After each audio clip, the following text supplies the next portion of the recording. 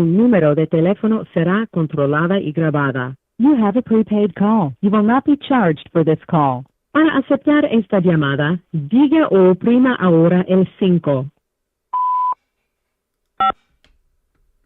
Gracias por utilizar Global Tel Link. Hello, Hello? Joe. Yeah. All right, Yeah. so I want to go ahead and thank you for calling in and tapping in with us today. You're currently live right now with you have a collect call from, and Okay. how are you doing today? Oh, I'm doing great. Man. I'm blessed. All right, perfect. And okay, can you share with us or the audience a quick summary of who you are and where you're at? Okay. I'm at Analyst State Prison. I'm born and raised in California. I was arrested at 17 years old for murder and attempted murder. I got life, and I've been in 27 years now.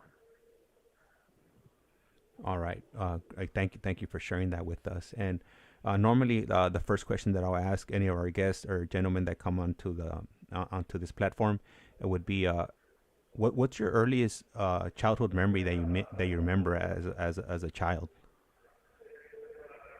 The first thing I remember as a child is my nephew Ricky.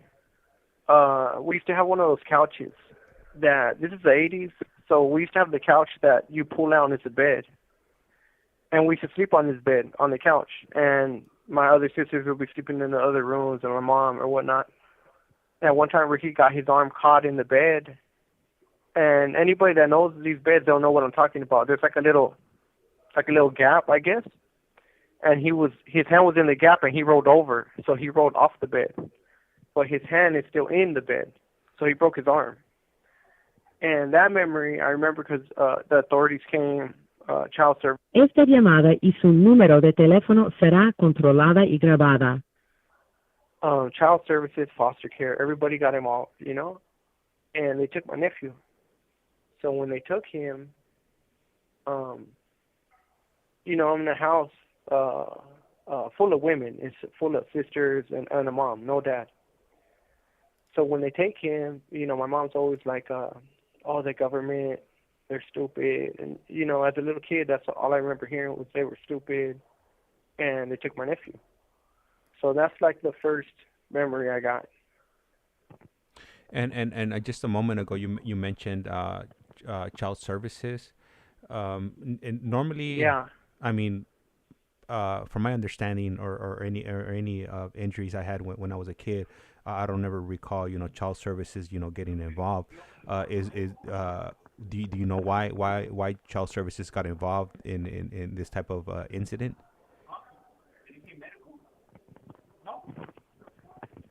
Okay, what was that? You don't remember no child services getting involved?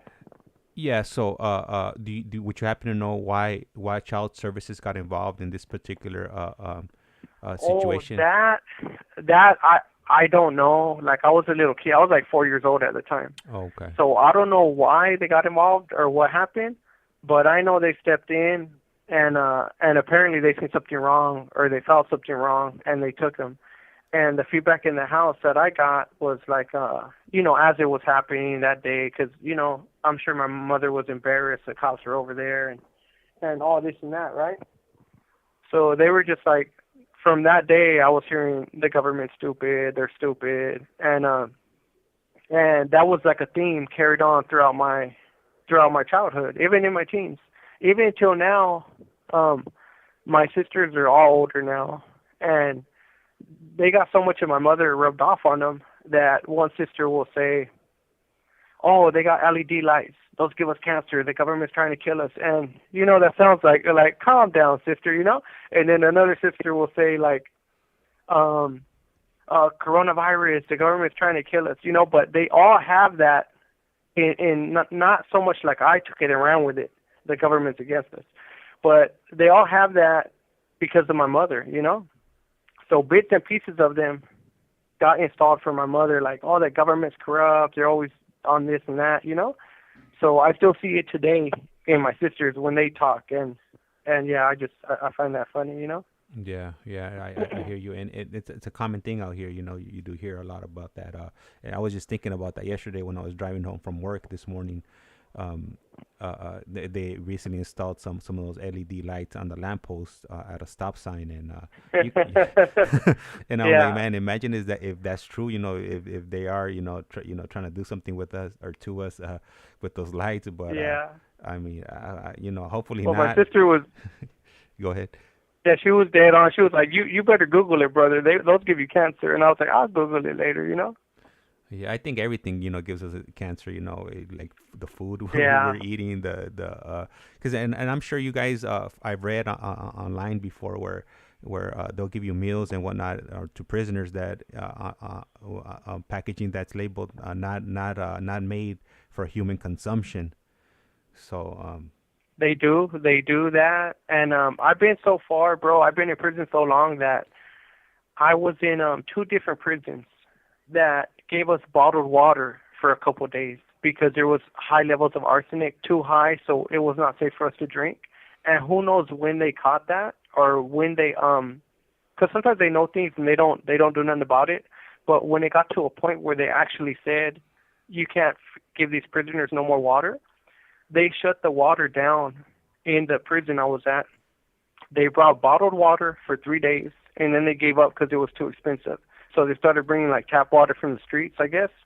But they turned the water off, and they will give us 5 minutes in the morning just to use the restroom. And at that time, you're filling up the sink with water because you got to clean the house, and 5 minutes at night. So literally, you got 5 minutes to both of you use the restroom, brush your teeth, wash your face, and fill up as much water as possible because you got to still clean the house.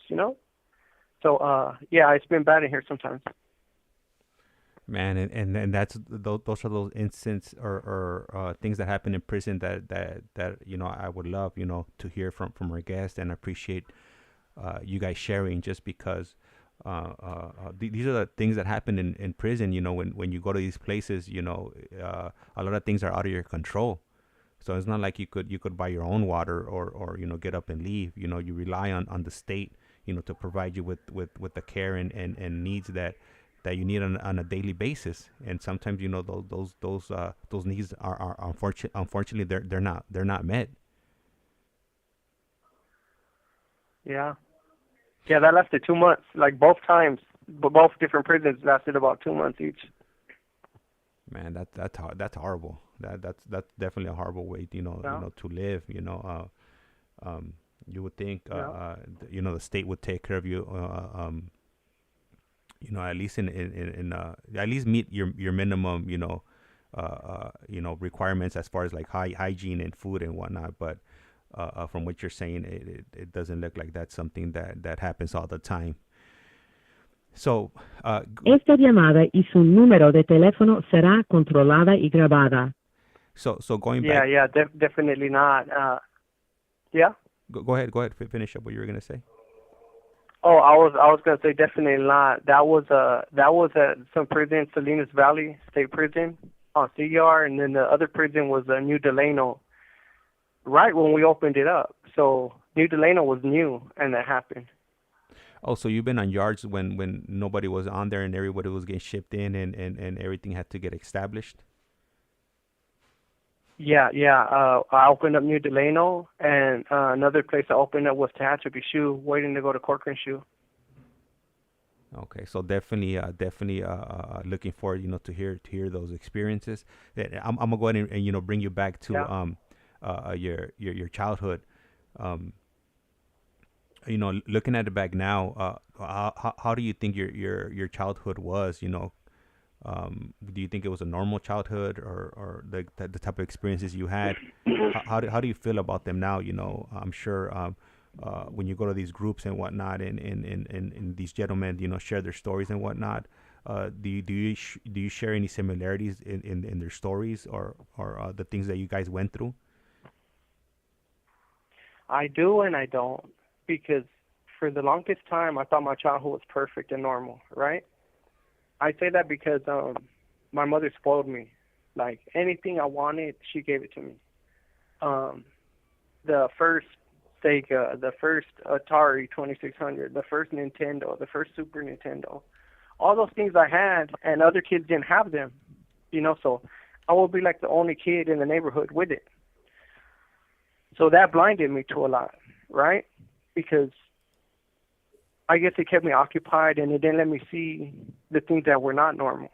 The things that were not normal were like, I never got disciplined.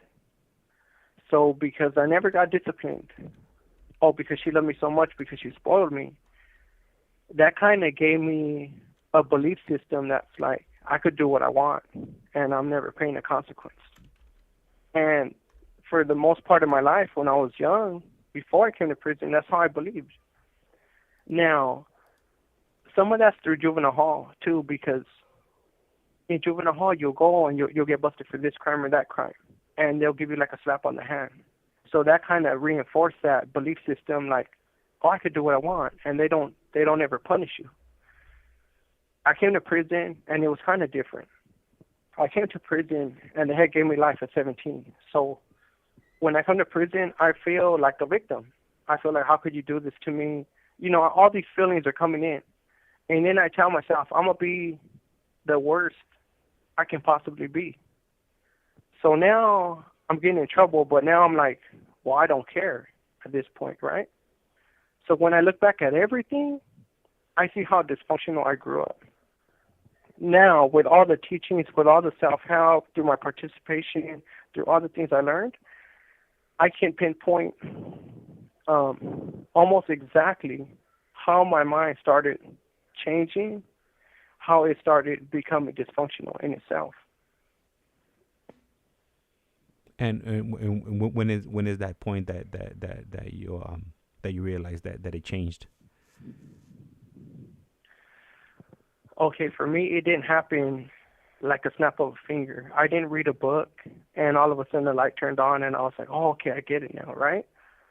For me, going back to the first point will be my wife. Like, I'm in Tehachapi, and I pick up 3 shoes in like 5 years. So, long story short, I swallow up like 5 years in Tehachapi shoe.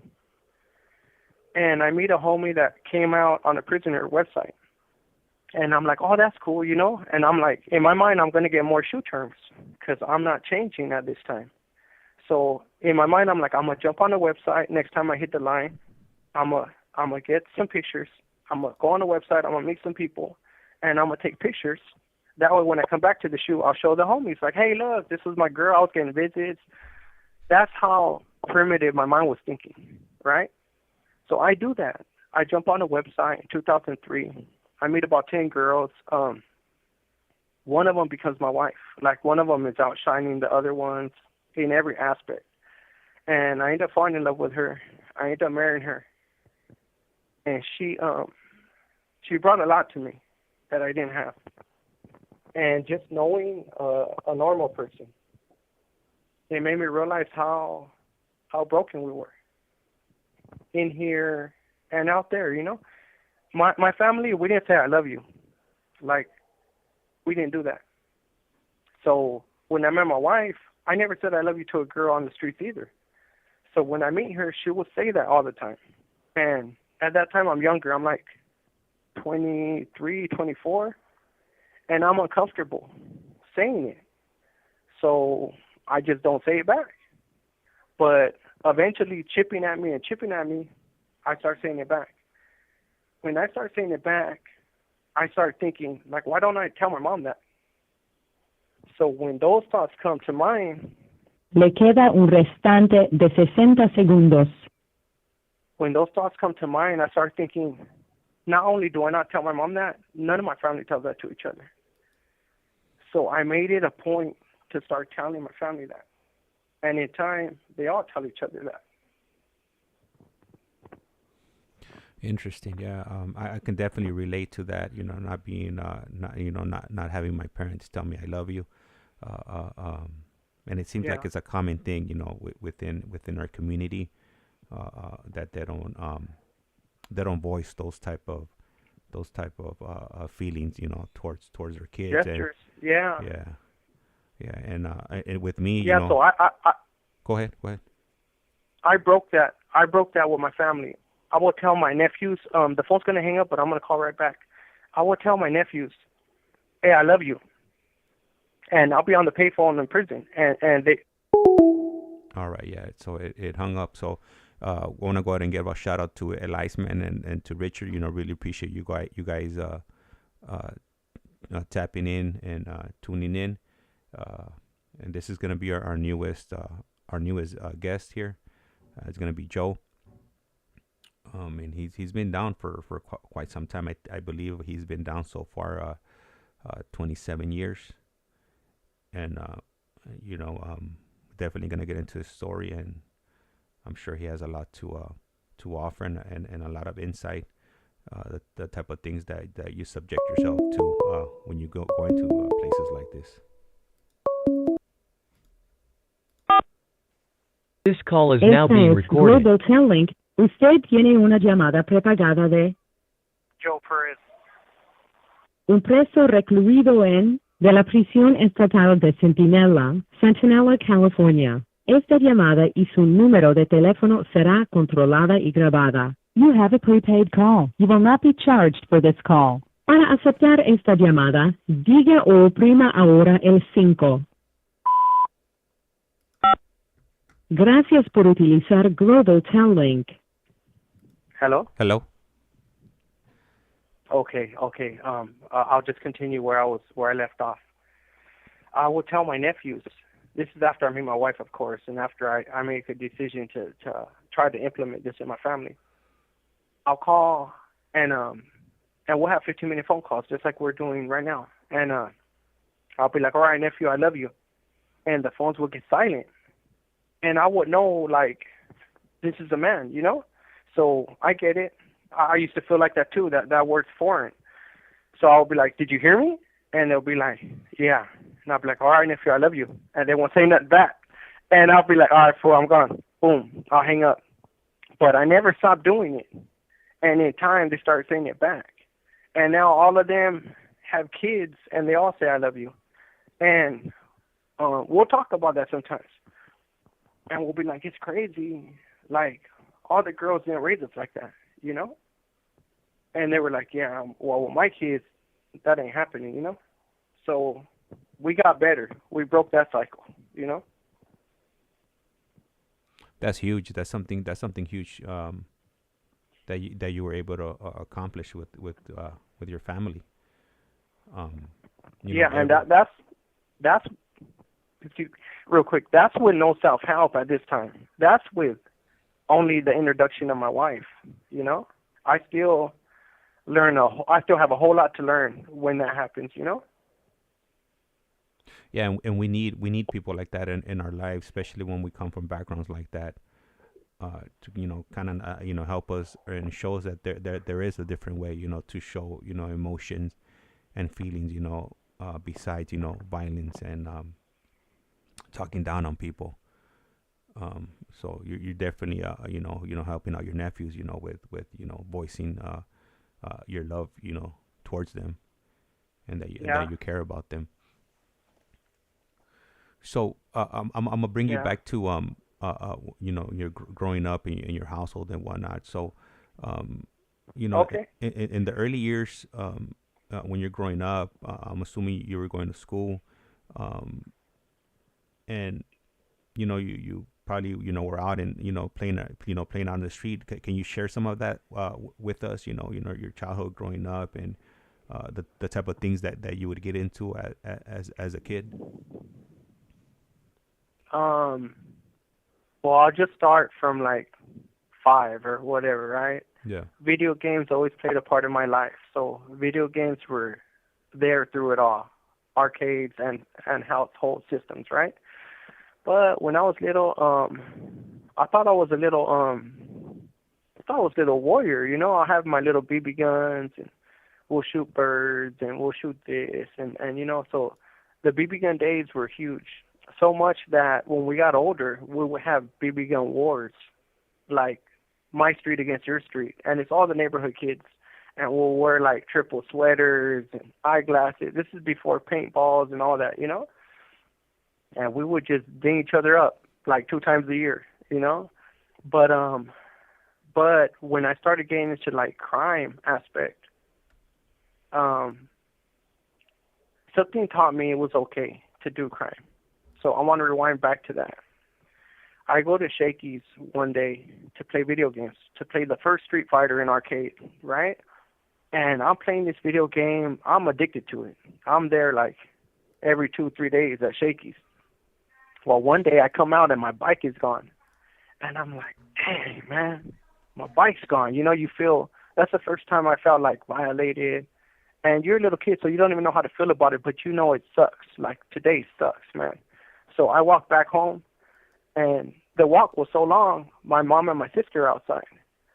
And I get there, and they're like, where you been at? They're yelling at me. They're being mean. They're being parents and the older sister. And I'm like, I was at Shakey's. And they're like, where's your bike? And I'm like, man, my bike's gone.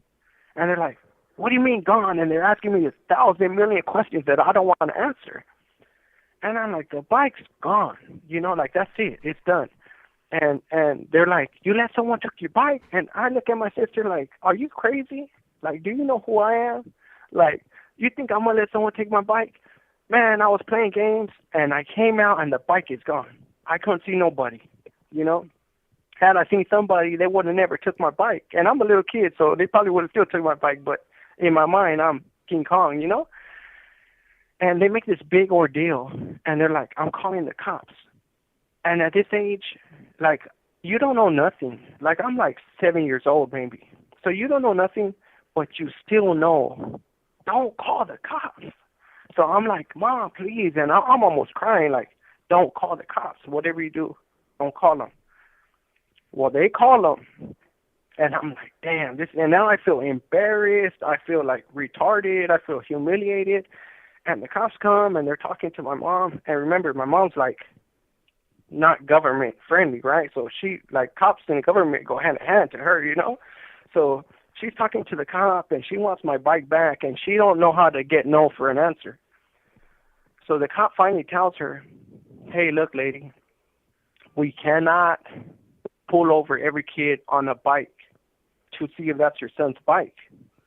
And when he said that, he's like telling her the truth, But my mom and my sister, they take it a whole different way. And they're like, so what you're really saying is if my son...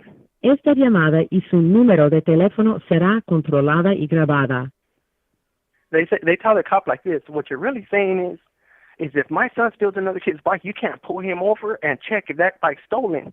And I'm a little kid, so I'm just hearing everything. And the cop's like, whoa, hold up, lady. I did not say that, and that is not okay. And he cannot do that. Well, they're still on him for this. And whatever the conversation goes forward, I don't remember. But what I remember was, if I steal a bike, you can't pull me over just like you can't pull the other kids over. So I took that away from that whole ordeal.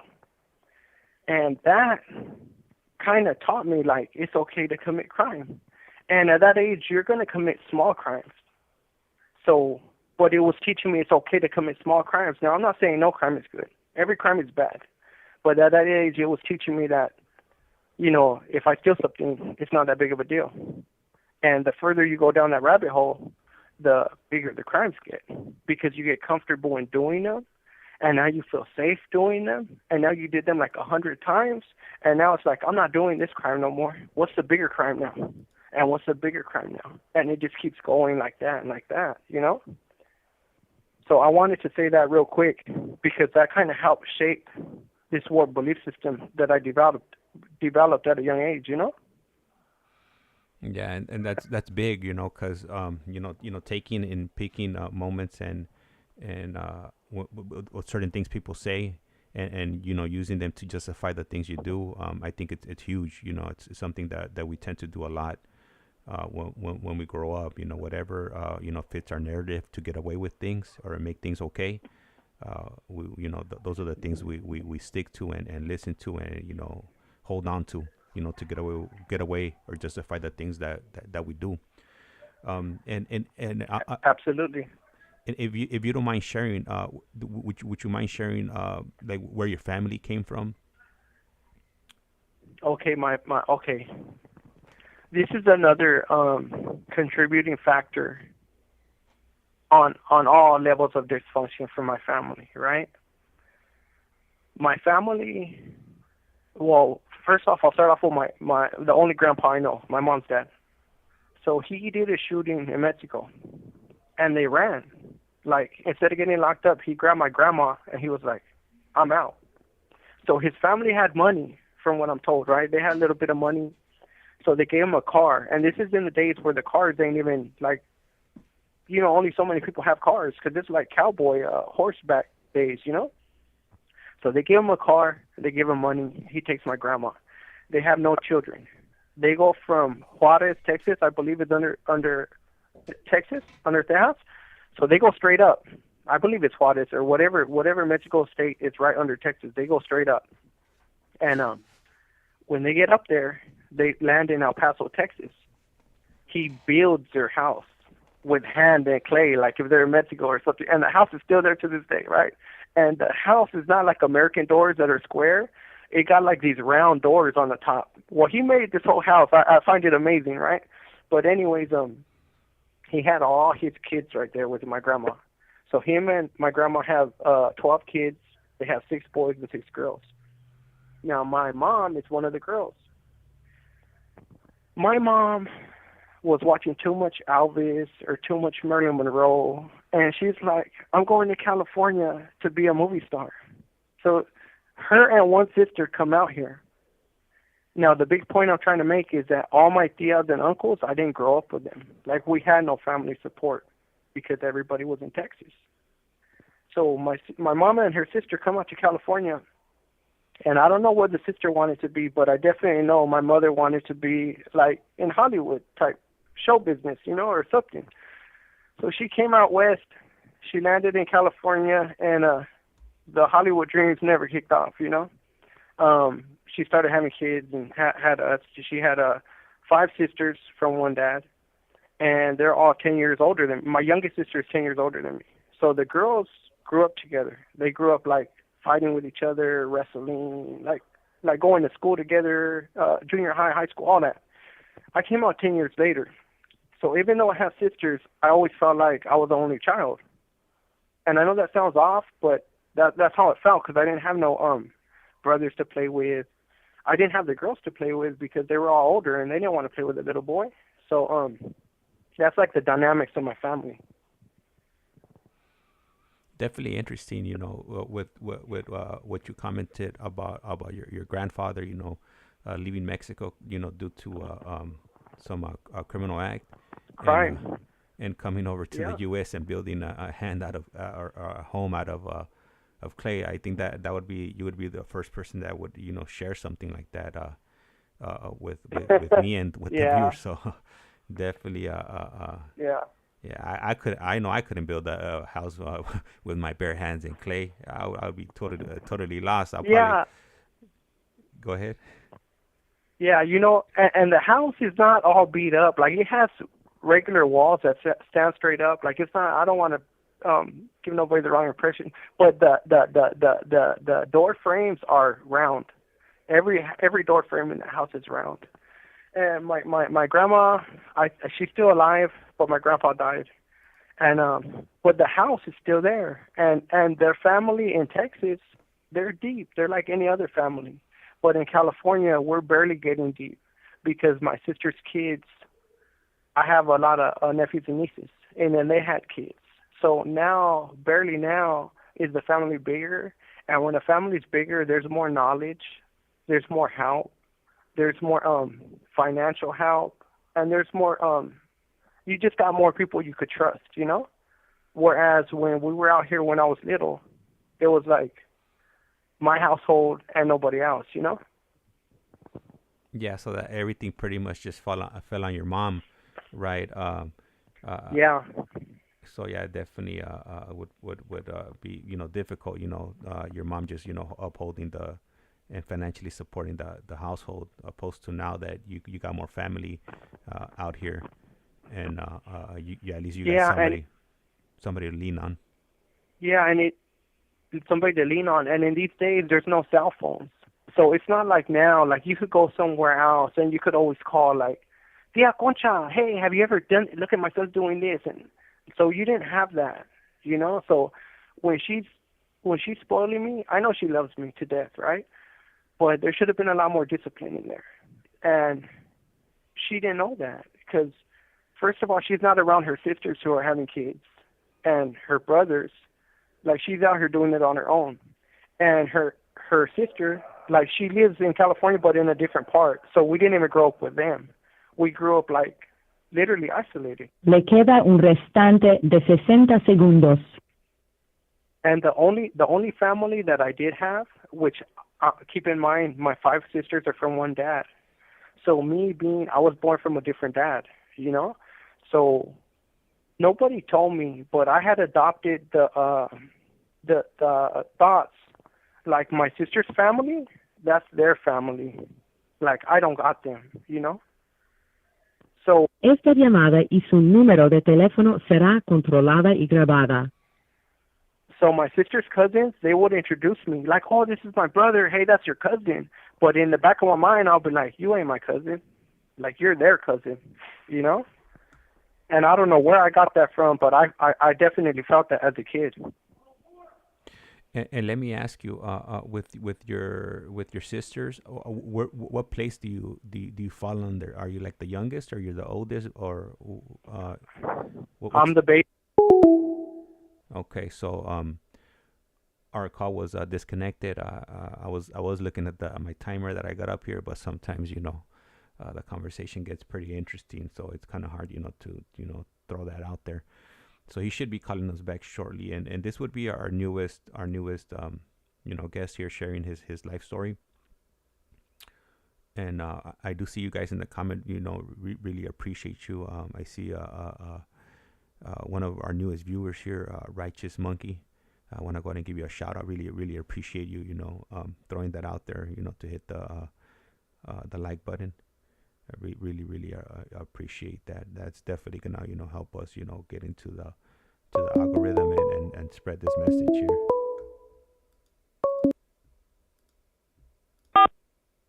This call is now being recorded. Global Link. Usted tiene una llamada prepagada de Joe Perez. un preso recluido de la prisión estatal de Centinela, California. Esta llamada y su número de teléfono será controlada y grabada. You have a prepaid call. You will not be charged for this call. Para aceptar esta llamada, diga o oprima ahora el 5. Gracias por utilizar Global Link. I'm not sure you caught that at the end. No, I got cut off. Okay, I'm the baby, and the closest sister to me is 10 years older, and then the farthest sister is probably like 14 years older because 2 of them are twins, and they're born a year apart. So I'm the baby of the family. Okay, and the only boy. So that definitely, definitely must have been interesting, having a bunch of older sisters and whatnot, and you're the only boy. As far as your dad was your dad part of your life growing up? No, never. I never met him. I don't know him. Okay. So pretty much you had to rely. Your mom was she was fitting in both roles since you didn't have any other family around and whatnot, right? Yes, she was, and I just want to add to that because I don't want to rob the audience of any truth in my life, right? My mother had like even to this day I don't call him her husband. Like I don't know.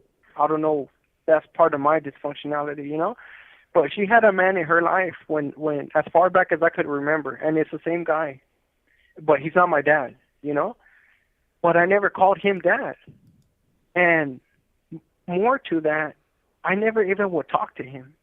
Like whenever we would talk, I'd just be like, "¿Dónde está mi mamá?" And that's it. Like, where's my mom at? And he'll say something, and I'll be like, all right, and I'll go to my room, or I'll go outside, or do whatever, right? But I never even had a relationship with him. And all my nephews and nieces, Like, that's their grandpa, you know? So they have a great relationship with him. But I don't know what it was. I don't know if it was that I knew he wasn't my dad, so, like, you're not going to tell me nothing? I don't know what it was, but I had no relationship with him. And we lived in the same household forever, you know? Yeah, I think it's hard, when growing up and a man comes into your mother's life, and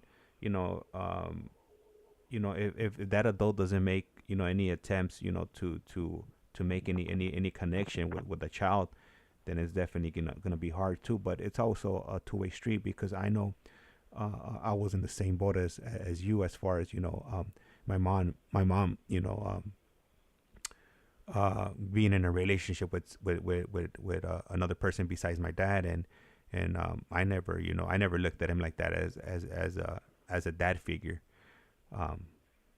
Yeah. But yeah, I can definitely relate to that part of your life also. So I think it's hard. It's hard, coming into a new relationship, and there's already children involved. From both sides, it could definitely be hard. So and you know what, he yeah, go ahead. he didn't come into my life and I was like a spoiled brat trying to get him away from my mom. Like, that wasn't the case. As far back as I could remember, he's been in the picture, but we just didn't have no relationship, and the only thing I could say that he backed me up on was, like, sometimes he'll tell my mom, like, let him, he's a boy, and I remember crying because I used to have, like, my mom's kitchen knife set or whatever. Esta llamada y su número de teléfono será controlada y grabada. I had me a little clubhouse, a little tree that was in the front yard, and my mom had bought me, like, a tool set when I was, like, 5 years old, but this is, like, at 7. I end up making me a little house on the tree house. I ended up making me a house, and I remember putting the ladder upstairs. The ladder is connected to the tree, but I hit one nail in the sides, because when I did that, I was like, if my mom ever chases me, it'll just turn to the side because it can't support her weight, but it can support mine, So I remember thinking that when I made it, and I remember taking some of her kitchen knives and stabbing them in the tree, because I had seen that movie Predator, when he's in the tree and he's making his weapons and he's gonna fight the predator or something, So I was over there emulating that. And the moral of the story is, I want a Rambo knife when I'm little. And we go to the swap meet all the time. And all the time, my mom loves shopping. She's buying this and buying that. And I'll cry, like, Mom, I just want the Rambo knife. Like, and she'll be like, fool, you're not getting that knife. You're too little, And he would always back me up, like, no, give it to him. He's a boy. And I'll be like, Mom, look, it comes with fishing gear. If I get lost, I can fish. It comes with a compass.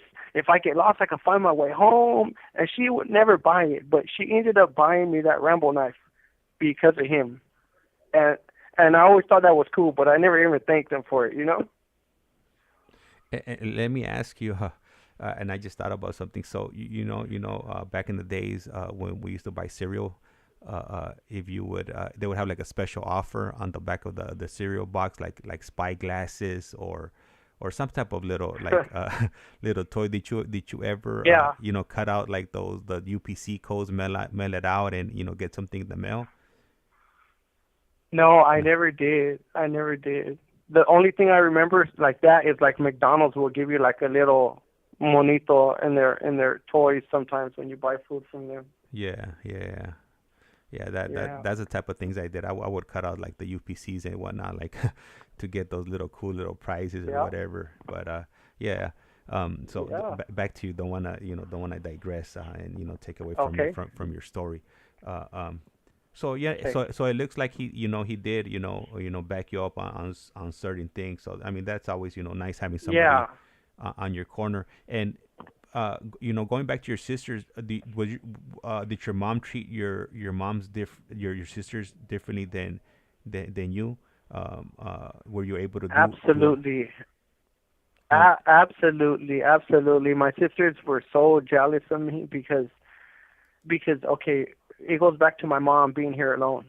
Like when she's having kids, there's no parent guide. Like there's no book you read and be like, okay, this is what I do, right? So with the girl, she was tougher and more tougher with the first one and the next one. And her heart got softer, you know, because before she used to hit them like any other mom with a extension cord or, you know, with a hanger, like chase them around, get over here, you know. And with me, she had already learned that, you know, you don't hit your children like that. But she didn't know that at the beginning. So the older ones did get hit. So by the time she had me, she was like exhausted of being a mom, I want to say.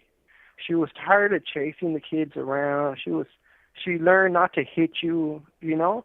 So when I would get in trouble, or I was supposed to get in trouble, my sisters used to be like, you would never do that with me. You would have hit me. You let him get away with everything. And, you know, I'm bathing in joy at the thing. I'm like, yeah, you know, and I got a smile. So my sisters hit me more than my mom did, because my sisters would throw the Tatanka trucks at me, and like I couldn't get away with stuff with them. If I do something crazy, they'll do it crazy right back to me, you know. But she definitely treated them different, and I know that. And everyone always felt in the family that I'm sure she loved us the same, but they felt like she loved me more, you know. Yeah, and do you think you know, her getting letting you get away with certain things? Do you think that was a benefit looking back at it now, or was that it didn't benefit you? You know her, you know, treating you differently and letting you get away with certain things. I think it hurt me because it taught me there's no consequence for anything you do, you know. And I know she wasn't teaching that, like she loved me. But I'm saying for me, from what I learned, I don't think it was beneficial. There should have been a standard, you know? Like if you do this, this is what's going to happen. And it could be with anything. It could be with allowance money, you know? You teach a kid boundaries from an early age. That way he knows in life you have boundaries, you have limits.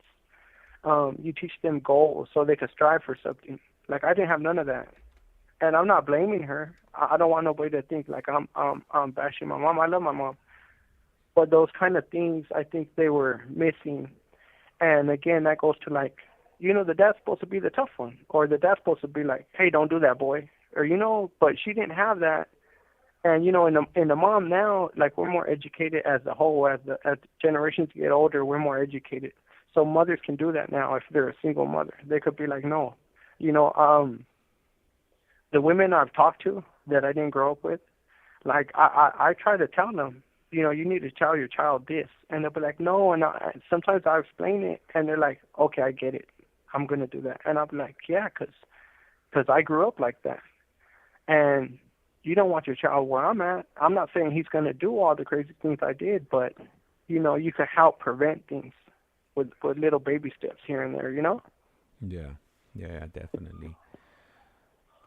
So, you know, you're growing up. You know, you're living in this household with your sisters, your 5 sisters.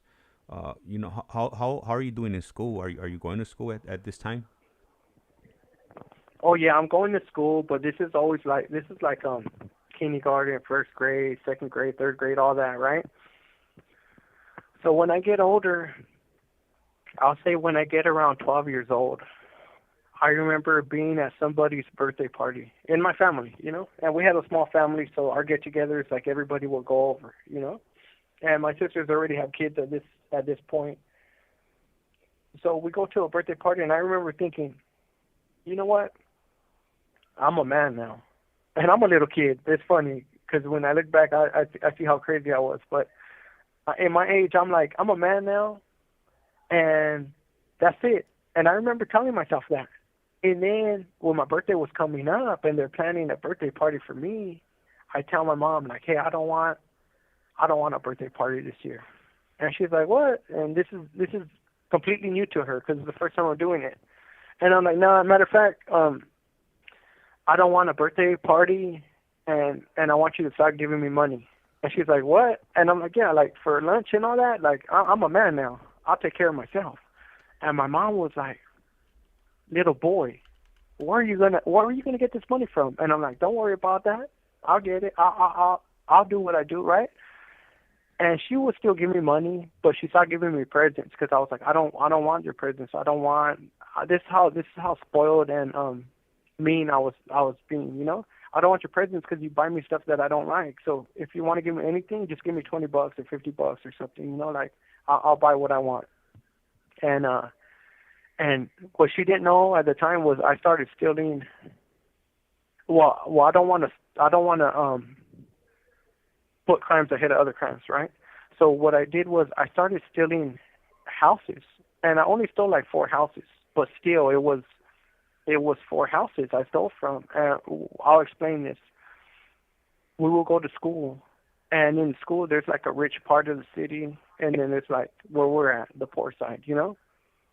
And everyone's seen Robin Hood and all that, so we would clown with that, you know, and that's a part of our justification for doing it, you know? So somebody, like my friend, would have a little brother, and his little brother would be like, oh man, the parents are gone.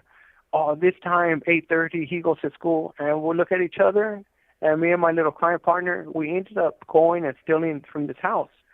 And we broke the window, we got in, and we take stupid stuff, like stuff that we don't need, like a Nintendo. Like, who needs a Super Nintendo? We got that, but we still take it, right? And I remember cooking food on their stove, and my little crime partner's drinking beer because we're little. We don't drink at this age, right?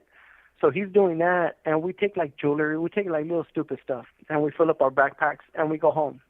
We did that like 4 times to like 4 different houses. And then I stopped because somebody mentioned a radio or a pull-out radio, and these are when pull-outs are new. And I'm like, oh, I could take that. So I transferred from one crime to another. Instead of taking houses or trying to steal from houses because I felt like that was too much work, I started stealing from cars. And my first radios, Le queda un restante de 60 segundos. I couldn't even sell the radios because I was so stupid that I just pulled the radio out and I took off. And I'm like, hey, I got a radio. And, you know, these paisas or whoever's trying to buy it off of me is like, where's the back piece? And I'm like, what? No, that's the whole radio. I got it, bro. And they're like, no, there's a back piece. And they have to explain this to me. Esta llamada y su número de teléfono será controlada y grabada. They have to explain this to me, and I feel like such a dummy. So then I started taking scissors and cutting the wire and pulling out the whole back piece with the radio, right? But when I told my mom to start giving money, this is what I started doing to get money. I started stealing car radios. Man, I remember car radios were there were. You talk about car radios, right? That you were, or was it house radios? Yeah. Okay, yeah. No, yeah, I remember. No, car radio, vehicle. I remember the pull out radios. That you pull out the whole radio. Oh man, we're 15-minute mark again. All right, so Biddy K, I was just reading your email. Really appreciate that, and I'm gonna go ahead and let Javier know. So I'll go and send the message, and just so you're aware, there's an app that you can actually reach out to these gentlemen if there's anybody that you want to reach out to. It's called GTL Getting Out app, and it costs 5 cents to send a message, and you have to load up your account with $10, and that'll enable you to send messages, send video clips or music or e-cards or whatnot. So it's a really cool app to have. And I do have a video if you are interested in it. It kind of navigates you on how to connect, where to download the app from. It's on the App Store and then the Play Store. And all you would have to do is plug in these gentlemen's CDC number, which would be normally I attach that number right next to their names.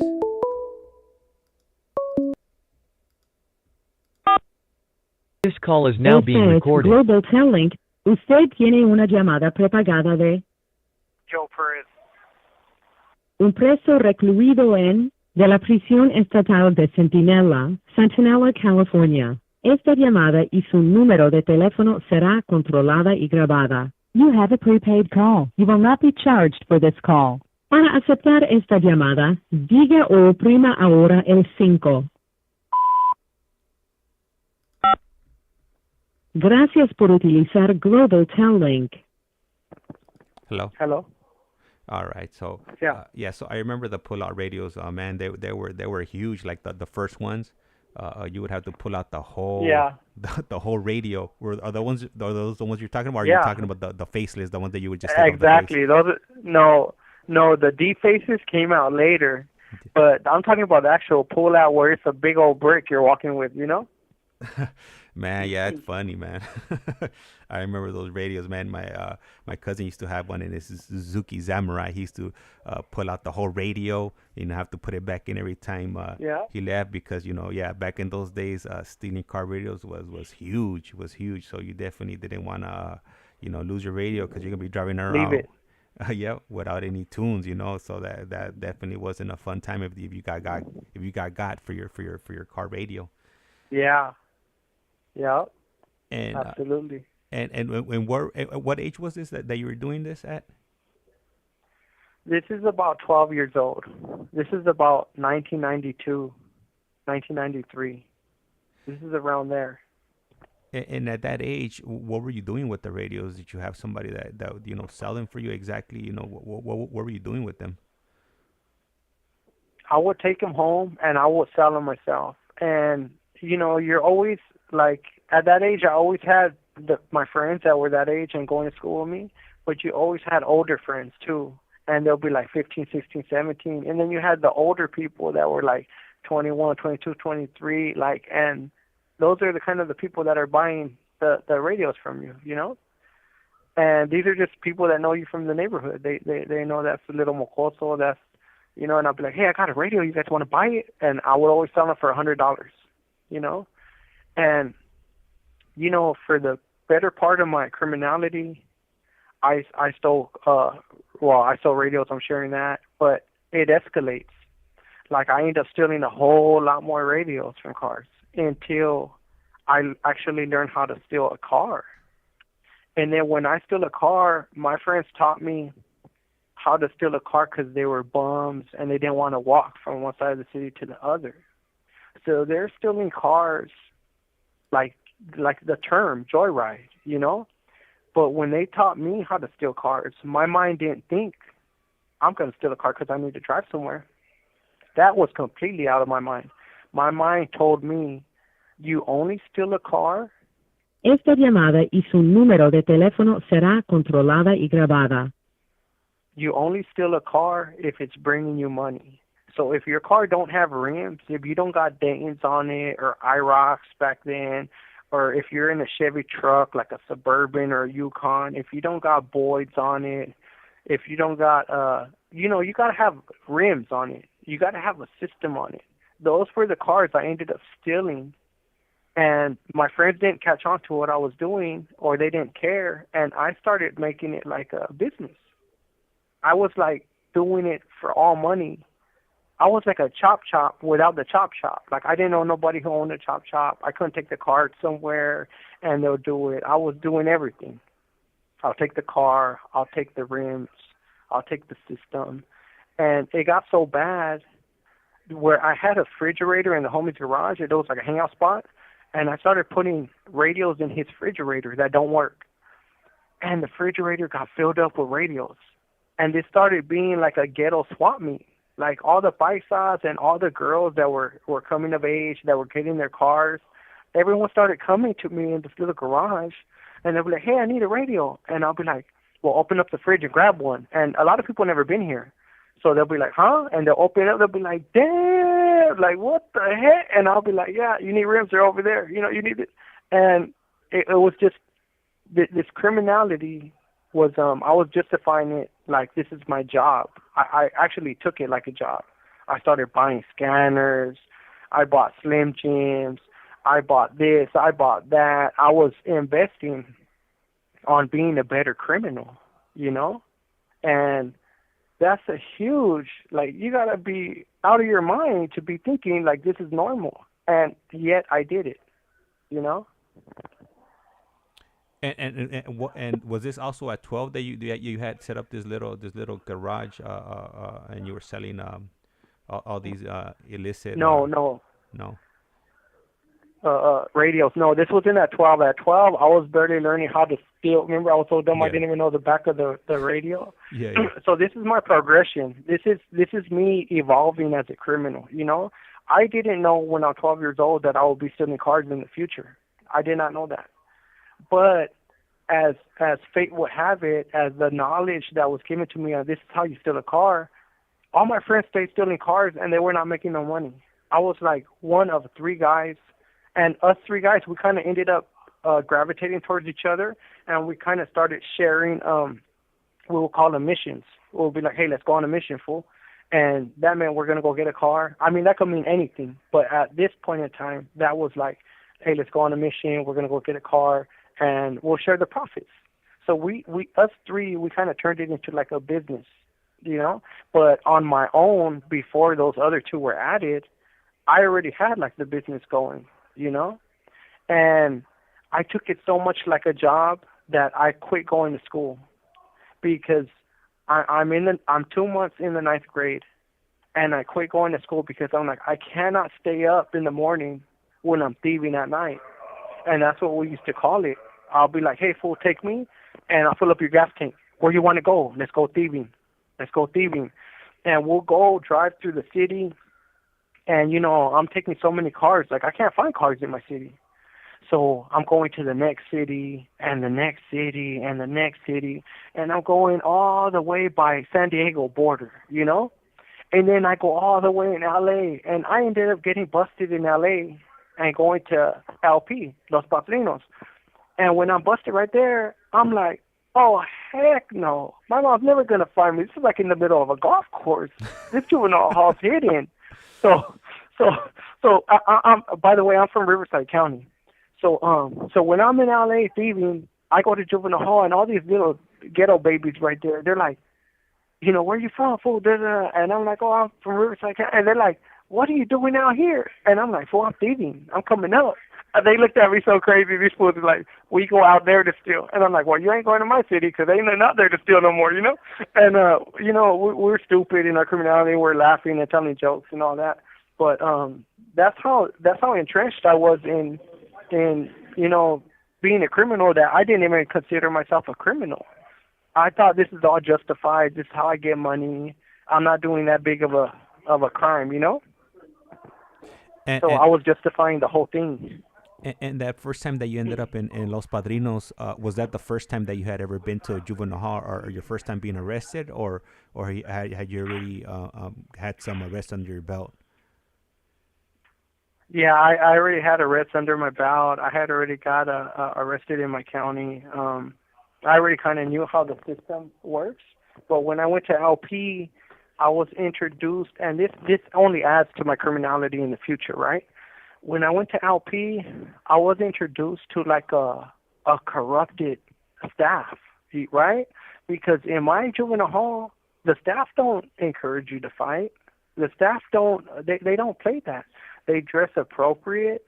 They talk well-mannered. They speak to you like adults, right?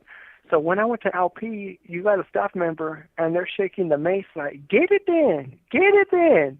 You're going to get off, fool, get him. And they're encouraging one inmate, underage inmate, to fight another inmate with the spray, shaking it like, I'm going to let you sock him. I'm going to spray you down after, but I'm going to let you sock him.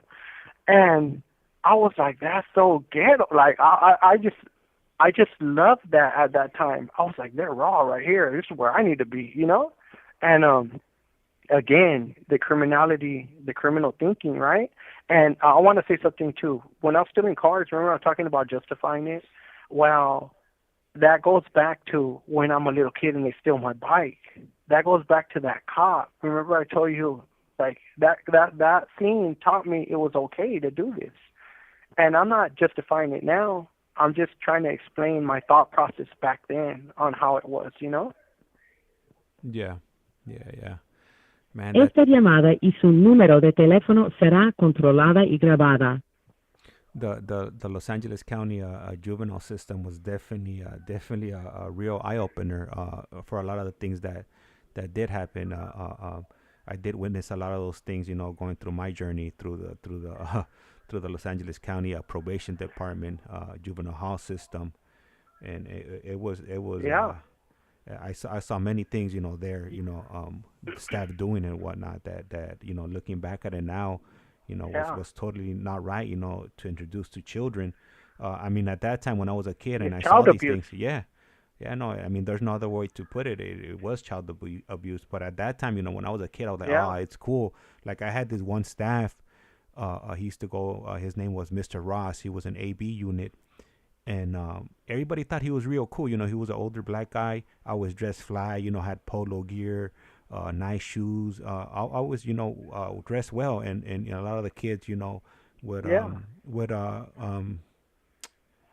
idolize him, I would say.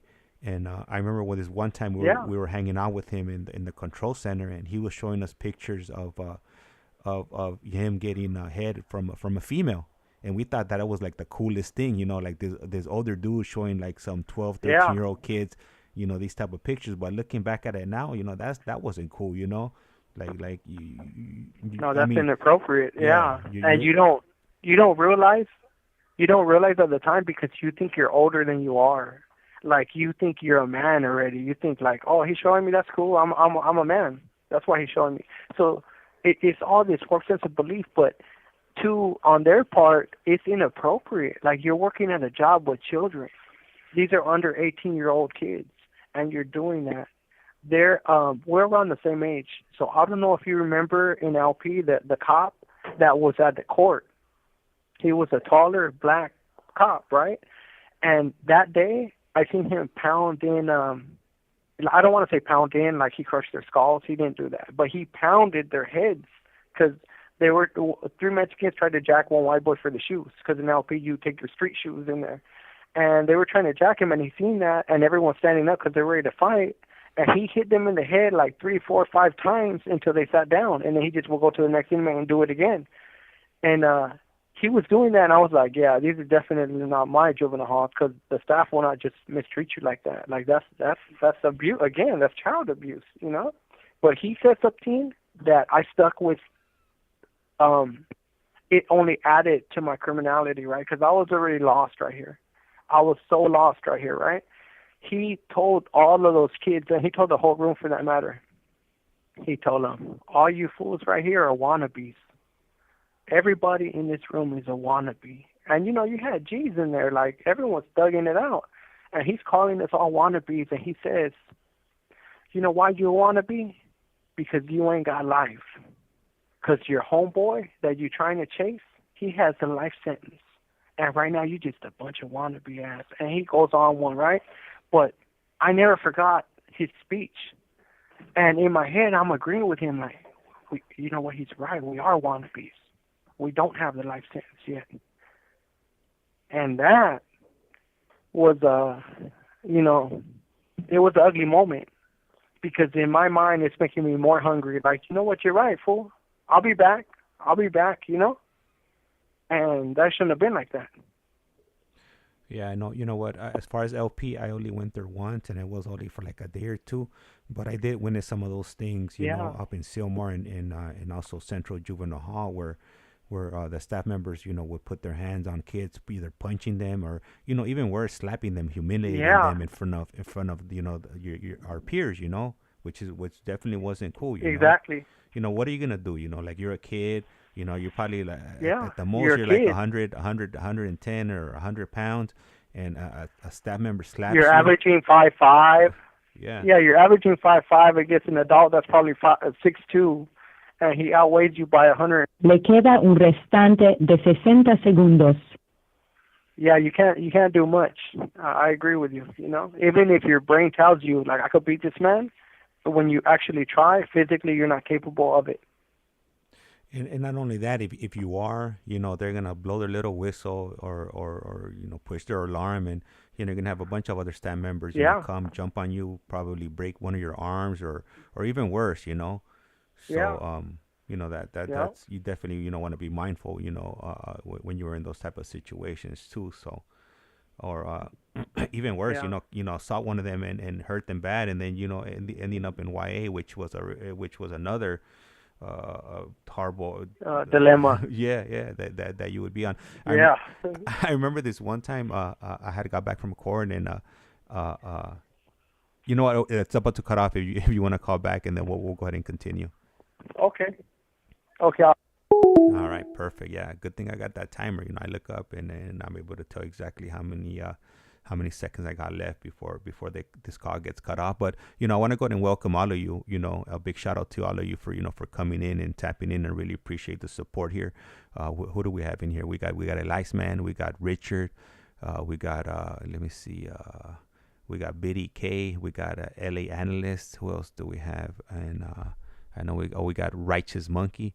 So, you know, I really appreciate you guys, you know, tuning in. You know, that's why I'm giving you guys a shout out.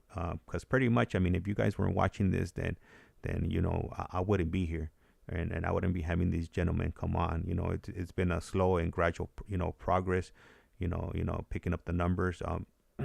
And definitely, you know, gotta recognize and.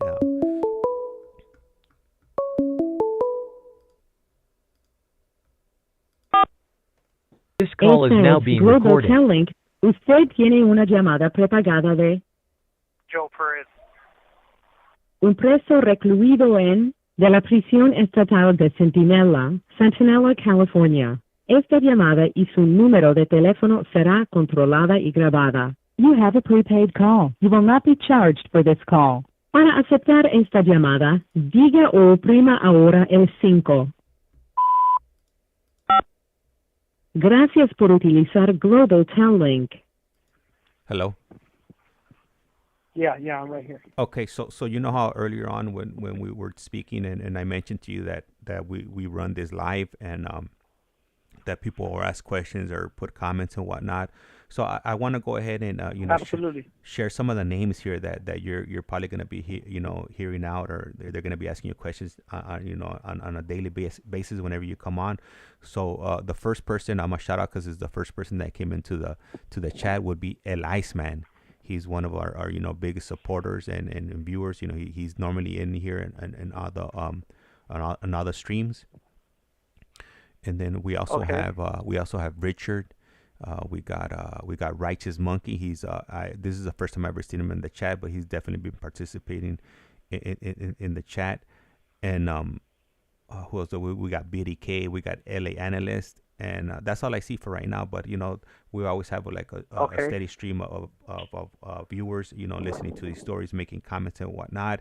And El ICEMAN just put a comment in here right now when the call got disconnected, and he puts, "Holy cow, another Riverside resident in prison in the prison system." Yeah, a lot of people, I would say, a large majority of people that have come on this live stream have come in from Riverside County, and Riverside County, it seems like they be handing out like some really tough, you know, prison sentence like candy, and they also push that what is it, the death sentence. You know, they condemned a lot of people. Yeah, death penalty. Yeah, from the state of California. Last time, ICEMAN pointed out that 10% of California death row inmates come from the county of Riverside County. Yeah. On ICEMAN, man. Well, I don't even know where to begin. You know, I'll start right here. In 2014, there's a bill that became law, SB 260, and that bill is the one why I'm coming home. But when lawyers and you know, Scott Budnick got involved, and he brought all kinds of lawyers, USC professors, everybody, right? So they'll come to prison. And keep in mind, this is 2014, so I don't even know how long I have been down right there. Maybe like 15 years, or who knows what it was, right? So give or take a couple years. I go to this gym, and in the gym, there's probably like 100 of us in there. And when they're giving their speeches, because we don't notice this right now, right? So there's like 2 cops, and there's like all these lawyers from the streets, and Scott's there, and they're telling us the law changed. Everybody in that gym, by the way, is a youth offender. Everybody in that gym got a life sentence. The crime happened when they were under 18 years old. So when these lawyers are talking to us and they're telling us, like, hey, there's hope now, they're giving us a whole spiel. Like, you guys are coming home, but you got to do the work. One of the lawyers I think her name is Heidi Romero. She's from USC, a USC professor. She goes, look around this room and tell me how many white people. And there's not. Everybody in there was Mexican and black, you know? And that's just one aspect. Now, I'm not saying I have never seen white people in jail. Of course I have. I see all kinds of white people in jail, right? In every prison I've been to. But when they called all the juvenile lifers, there was not one. And in Riverside, oh, here's another thing I could shoot at ICEMAN. You know, when I got arrested, I'm a criminal. I'm criminal thinking. I have a gang mentality. So when I'm going to court, everybody that's in the county, I come from juvenile hall before that. I get busted, I go to juvenile hall. When I turn 18, I go to the county. When I go to the county, every inmate in there is telling me the same thing, man. They're telling me, take it to the box. Go to trial. And you're a little kid and you don't know no better. So you're like, okay, yeah, I'll take it to the box. I'll go to trial. Make us spend money. Okay. So they're training you what to do, and you don't know nothing else. So you're going with it. Yeah, I'm gonna make us spend money. I'll postpone. That's another court date. That's more money. So you're just doing all this as a criminal. So what I'm trying to say is, I go to trial, and I'm asking for like a speedy trial, but I've been there like a year. I didn't even know I could ask for it. So as naive as I am, I'm like, okay, well, I just want to get it out the way. I get a hung jury, bro. I get a hung jury. It's like 11-1, right? But I get it. You don't see hung juries in Riverside County. So when I get it, I come back, and I'm Mexican. So all the homies are homies. I know they're going to be happy for me. But what I don't expect is every Crip, every Blood, every white boy, every Asian, they acted like I won the Super Bowl. Everyone's like, oh, and it's loud. I can't believe it.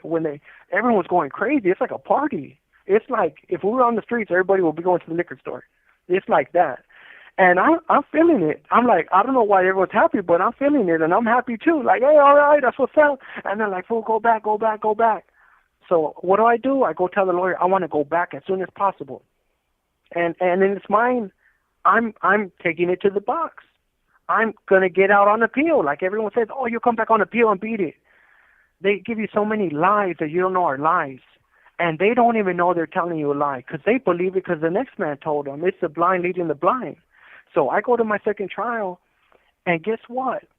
I go in, and they deliberate for 4 days, which is when they're deliberating for more than an hour, then it's something because you're usually guilty in an hour. So this is day 4. And my first one took a long time too. And day 4 comes, and they're like, another hung jury. And I think I get like 3 people innocent and the rest guilty. And I'm like, okay.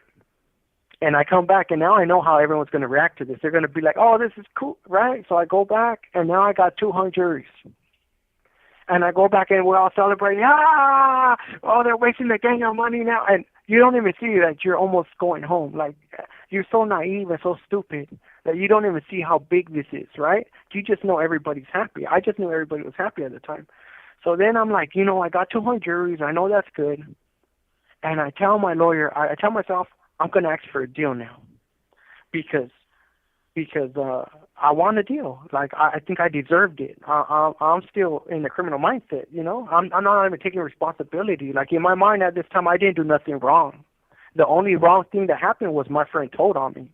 And at this time, that's how I think.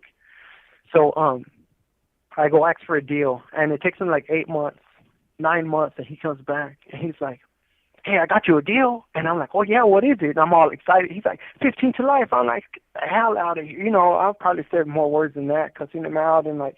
Esta llamada y su número de teléfono será controlada y grabada. And when he says that, I'm like, nah, you're done. We're done talking. I'm going to trial again. He's like, that's great. You could be home at this time. And I'm like, no, it's a life sentence. You never come home. And back then, you would never come home from a life sentence. So I found myself in my trial, the 3rd trial now. And this is trial number 3. And the reason I'm saying this is because this doesn't happen in Riverside County. Like, I'm the only one I know that had 3 trials in Riverside County. And even with all the future inmates that come to prison, I never heard nobody tell a story like this. So I go to trial the 3rd time. And the third time, we have more Mexicans than I ever seen on there. Oh, and I used to go with a judge, Hingham Hanks, and he kicked me out because he said I'm ruining his record. So when I go to my third trial, I'm with a Judge Sherman, a lady, and we start day one, and I did not know how bad they were doing me in trial. So you don't know what you don't know, and I'm a little kid, but they were doing hella shicey stuff. So when I start day one in her courtroom, she stops it, and she kicks everyone out but me and the lawyer and the DA. And she calls them up, and I get to hear all this. She's not whispering, she's just saying it, but she calls them up to, like, be in front of her. And she's like, you know what, to the DA, she's like, you better stop doing that BS. We ain't doing that in my courtroom, and I don't even know what he's doing wrong. And then she looks at my lawyer, and she tells him, you better start objecting. You better start doing your job. And I just remember sitting there like, damn. Like, I don't even know how I got the hung juries if they're doing me this bad, and I don't even know what they're doing wrong. Like, I don't even know how they're screwing me over. That trial continues. And then, Esta llamada y su número de teléfono será controlada y grabada. We had one jury member rat out another jury member. And I don't know how they do it, but they did it. So the judge kicks everyone out. And this is my third trial. She kicks everyone out. And it's me again, the lawyer, the DA. And then little by little, I see what's going on, and I'm like, oh, this is big. Like, I don't know what it is, but I know it's big. And my lawyer tells me, hey, this jury ran out the other jury. And I'm like, well, what's that mean, you know? And they're like, I don't know, we're figuring it out. And I'm like, okay. So what happened was juror number 6 ran out on juror number 5, that juror number 5 said, you know what, this was guilty because he didn't take the stand. That's what his standpoint was. So you can't, maybe you could think it and not tell nobody, but you can't verbally say it to another juror. So what they ended up doing was they said, what do you want to do? And my lawyer tells me, hey, what do you want to do? And I'm like, I don't know. And he's like, I like this jury. We got a lot of Mexicans in here. And I'm like, well, that's what I felt, right? And he's like, want to just kick him out? And I'm like, I don't know. You're the lawyer. Do what you want to do. We kick the juror member out. Now, what sucks about this story, and it doesn't suck now that I'm older, now that I accept responsibility, now that I'm holding myself accountable, but at this time, what sucked was if we get a mistrial, maybe this don't go to trial no more because I've been there 3 times. What the part I'm trying to say is if a lawyer, any lawyer, take me out of the equation. Any lawyer in America, if they're fighting for you, if you're like a save O.J. Simpson type lawyer, if you're like a high caliber lawyer, you know what to do in that situation. You got 2 hung juries. This is a mistrial. We're taking it. You don't leave it up to some 18-year-old kid or 19-year-old, however old I was right there, right? You don't do that because you're the lawyer. You're doing what's in the client's best interest. So we ended up kicking out the juror member, and I got found guilty. And I don't even know at this time when it happens about all that, about we could have just got a mistrial. I learned that stuff later, telling my story in here to inmates, and they're like, how could you be so stupid? You were this, that, anybody would have did a mistrial. And I'm like, well, I didn't know. I don't know. I still don't know the law, you know? But from hearing it.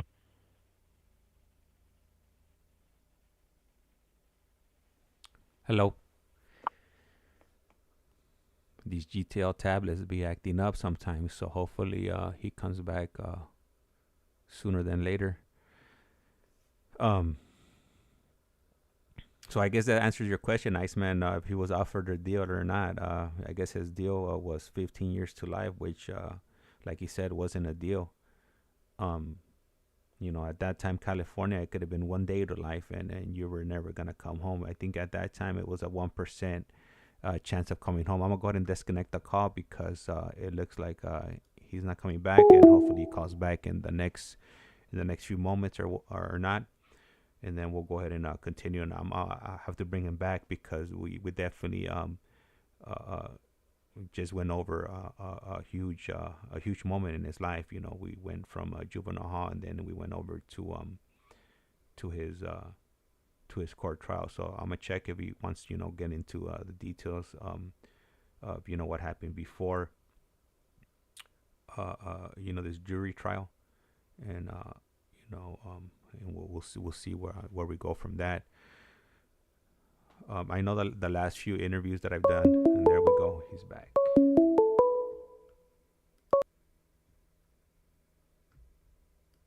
Esta es Global Telling. This call is Usted now being tiene una recorded. llamada prepagada de Joe Perez. un preso recluido de la prisión estatal de Sentinela, California. Esta llamada y su número de teléfono será controlada y grabada. You have a prepaid call. You will not be charged for this call. Para aceptar esta llamada, diga o oprima ahora el 5. Gracias por utilizar Global Tel Link. Hello? Hello. So I ended up disconnecting the I'm on. call because you went. It cut out. Yeah, it cut out. Yeah, so I just you didn't come back Okay. on. Yeah. And you know what? I wanna go ahead and take you back because we didn't get any like the backstory or whatnot. The previous to this call we were speaking about juvenile hall. When you got caught in LA. So would you mind filling in some of the gaps?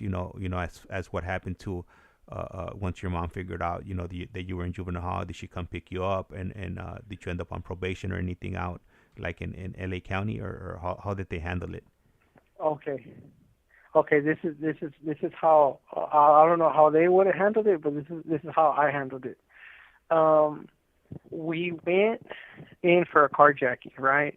And it's a bunch of us. Remember, I'm like, this is like a business, and this is progressing as we're going. Like sometimes things get out of hand, right? So it's about 2 carloads of us, and there was a homie at the time from LA. He was from Bell or Maywood or Cudahy. He's from one of them Southside LA cities, right? And we known him for years. Like Ricky used to be from Bell, from some hood that's dead now, Chancellor Street. So it was Ricky's homeboy, and they're older. And me and my friends were younger. Well, this friend needed a super sport Monte Carlo. That's what he wanted. I don't know if it was a super sport 78 or something like that, right? But at the time, those are rare. Like they're always going to be rare. But we're thieving, we're living our life, and like maybe months down the road, maybe like 4 months down the road, 3 months, 6 months, guess what we find? A super sport Monte Carlo. And we're like, this is it. This is what homeboy wants. And we're gonna now we're treating this like a trade for a trade, right? Because the homie had a 94 Honda Accord, his sister. She wrecked it. Long story short, we're going to basically tag this car. We're going to take her wrecked car because it's still good on paper, and we're going to take the stolen Honda from L.A., and we're going to be driving around in Riverside, right? And we were doing this at this time already. So little by little, you start evolving, you start learning new things, you start pulling new tricks. So we take this the Monte Carlo Super Sport, we take it to L.A., and we deliver it to homeboy. And now it's his turn to get us the Honda out there. And he was like, there's like 3 sick Hondas right here. Boom. We're driving around with him, and we're in 2 carloads. And long story short, we end up going to LP, both carloads. All of us go to LP, except the older homie. He goes to the county jail, and he bows out. Now, when he bows out, he goes to the other individual who the car belonged to. And keep in mind, we're living in the street code. We're living in this like thug life, like this is what it is. So he does the most normalest thing at the time, the rational thing to do at the time. He was like, he's in the cop station telling us, I'm going to go tell him that he better take all that back, or his name's not going to be no good in his hood and this and that. And we're like, yeah, don't forget about us. So long story short, our parents, all of them end up coming to that police station to get all of us except me and one of my crimies. We actually go to LP, and we have to stay there and go to court.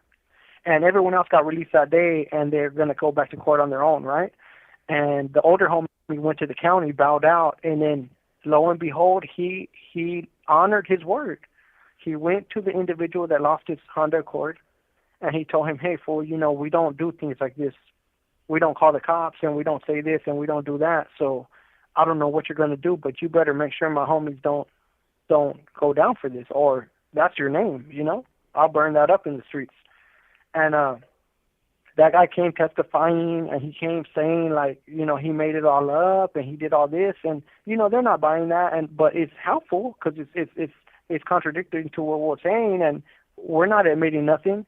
So they end up letting me go, and I have to come back to court, and they end up keeping my crimey. So they keep my crimey there, and I get cut loose. I never go back. I never report nothing. I always used to use like alias names. Like I get busted here and I'll say my name's this, and I get busted there and I'll say my name's that. And the person I'm with, I'll be like, hey fool, you gonna call your dad? Yeah. Okay, when you call your dad, call my mom and tell her. Esta llamada y su número de teléfono será controlada y grabada. And at the time, I would think that eventually they're gonna catch on and they're gonna like start linking my mom's name to all these children in juvenile hall that are always getting busted. But they never did, bro. They never did. And I never went back to court for that, and I ended up getting arrested in the future. Like 2 days after my crime, spent like a year in LP over there. I don't know what his court things. I don't know what was going on with him, but he ended up spending like a year in the juvenile hall. And if it wasn't a year, it felt like a year. And when he finally gets out, like 3 days later, I get locked up for this. I get locked up for the life crime I'm busted for now, which is the murder. And at this time, did you belong to like a street gang, or was it just like a group of friends that you were hanging around with?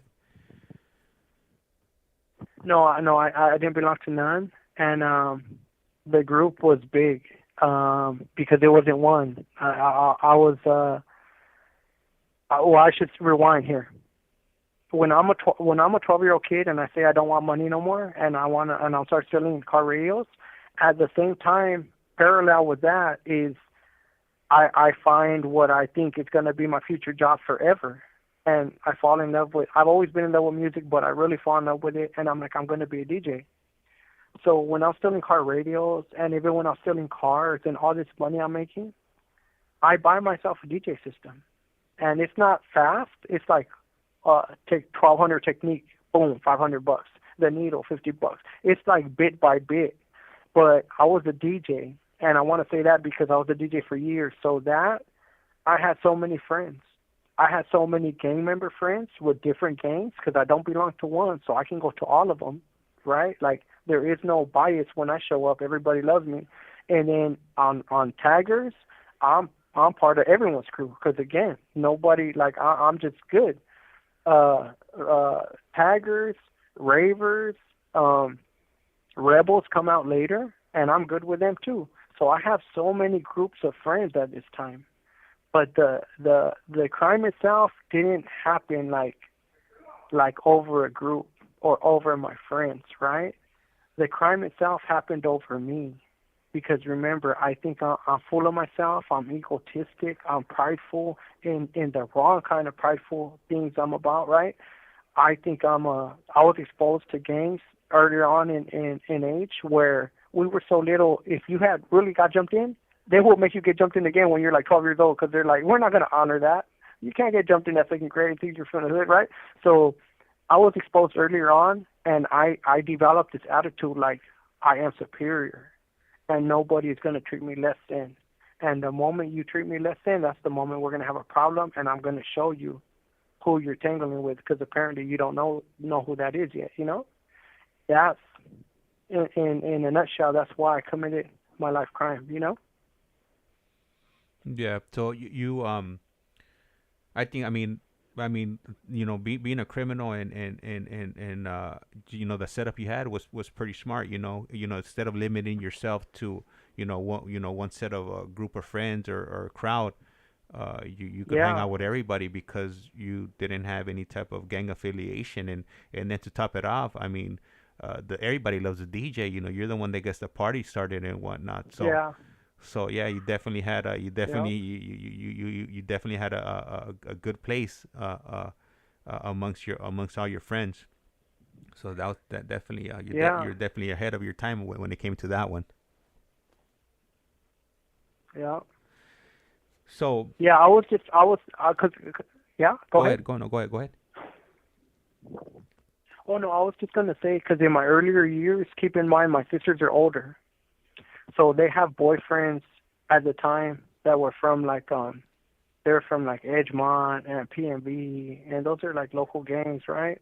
So I'm exposed to gangs at a young age, and more so like these gangs, they're the gangs in Paris at least, they were aggressive, you know. So when you're like in second grade and third grade, they're trying to get you in. That's what I'm saying, that you wouldn't even respect that get in. Like even if little friends were getting jumped in, but I want to say it's like a fake jump in, because you know when you get older, like 12, and you're really going to be from the hood, the same hood you got jumped into as little kids, you're going to be like, nah, for whatever you guys were doing in elementary school, we appreciate that, we really do, but you're going to have to get in the hood, you know. So we were that little, and it was just a deep warped sense of belief in the gang culture, because you're like second grade, third grade, and these little kids are writing sur, and they don't even know what it means. And you're writing PMV, and your tagging is not even tagging yet, because it's like a 5-year-old wrote that, you know. But to even do that at that age, that there's, you know, right now looking at that, I will be like, those are warning signs. Those are cries for help. And this little kid, we're gonna invest time with him, because what little kid does those things, you know? So, would you mind getting into, you know, the day, like the day that that your life crime happened? I'm not sure, you know, how comfortable you are, or if you have any type of appeals, you know, going on in court right now. So, I mean, whatever you want to share with the audience, or whatever you're comfortable sharing. No, I could get into that. Okay. So yeah, absolutely, I could get into that. So, where do you want me to start? How just start from the beginning, or what? So yeah, let's start off. You know, that day. You know, that day in the morning. You're waking up. Are you thinking about violence or taking somebody's life? You know, what was the day like? That and what transpired that day? Yeah, absolutely, I am. I'm on mission stage right here. When I wake up that morning, I am fully corrupted, right? So let me rewind to a couple days before. Like 2 days before, my crimey for this case, he is going to trade a car with some guys. Remember, I stopped going to school, so my crimey's still in school. So he got some buddies from school that he's going to trade like an 89 Civic for, I don't remember what the other car was, but I just know we got the 89 Civic. Well, when they're doing this trade, he's like, come over, this is my address, this is my house, and they're on the way. My crimey had just got a girlfriend for like the past, I don't know, month or a month and a half, but this girl, she was real tight with these other girls. So it's like a female party crew type scenery, right? So they're always telling her, like, hey, come through, slide through. And she's like, oh, I'm with my man. And so they get mad at her, bro. They get mad at her, and then an argument happens. And so she's going to fight one of the other girls because they're like, oh, you're not even our friend no more. You'd rather be with this fool all day, you know? So it's like one of those things. And we are in the heart of a neighborhood in my city, right? So when that happens, you know, these fools from the neighborhood, they hear about the fight too. So they're like, we're all chilling in the front yard. And these guys I grew up with, bro. Like, I grew up with everybody here. You know, they all know me. They all know me from day one. And I know them. And I have best friends from here. Like, before, 2 or 3 years before, I used to live at one of their houses for like a year. So we're all in the front yard. And then the guys come for the trade, to trade the car. They're here. And we're like, oh, yeah, well, the girls are going to fight. So they're staying too now. And we're all smoking weed in the front yard. And then finally the other girls come. And then the girl that's going to fight, my homie's girl, she's out, and then the fight don't even happen. Like, and we're like, oh, bug, we thought we were going to see girls fight. And another fight happens. There's some older gentleman. He's about 24 years old. He's a white homie, you know. He's a Caucasian man, but he's a Mexican, from a Mexican neighborhood, right? And I never seen him. Le queda un restante de 60 segundos. I don't know this man, and I'm going to continue after it cuts off, but I don't know this man. I never seen him before a day in my life, but I know everybody else here. So he's like a new member, but he's so old. So this is like ironic, you know. Esta llamada y su número de teléfono será controlada y grabada.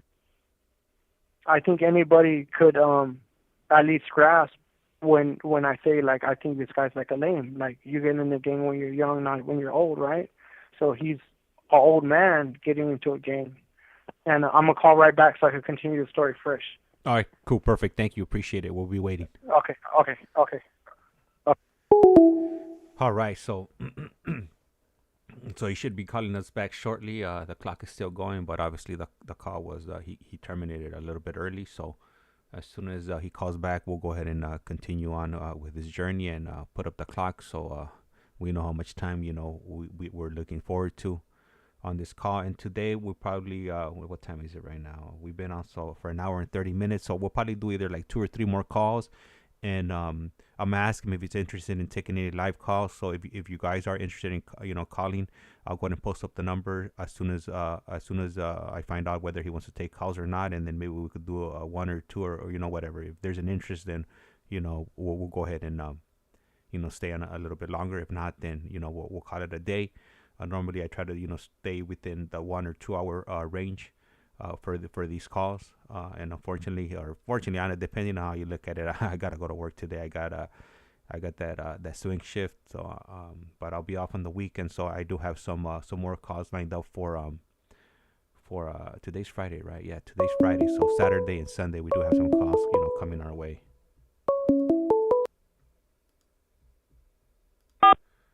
This call is now being recorded. Usted tiene una llamada prepagada de Joe Perez. Un preso recluido de la prisión estatal de Centinela, California. Esta llamada y su número de teléfono será controlada y grabada. You have a prepaid call. You will not be charged for this call. Para aceptar esta llamada, diga o oprima ahora el 5. Gracias por utilizar Global Tel Link. Okay, hello? Hello. All right.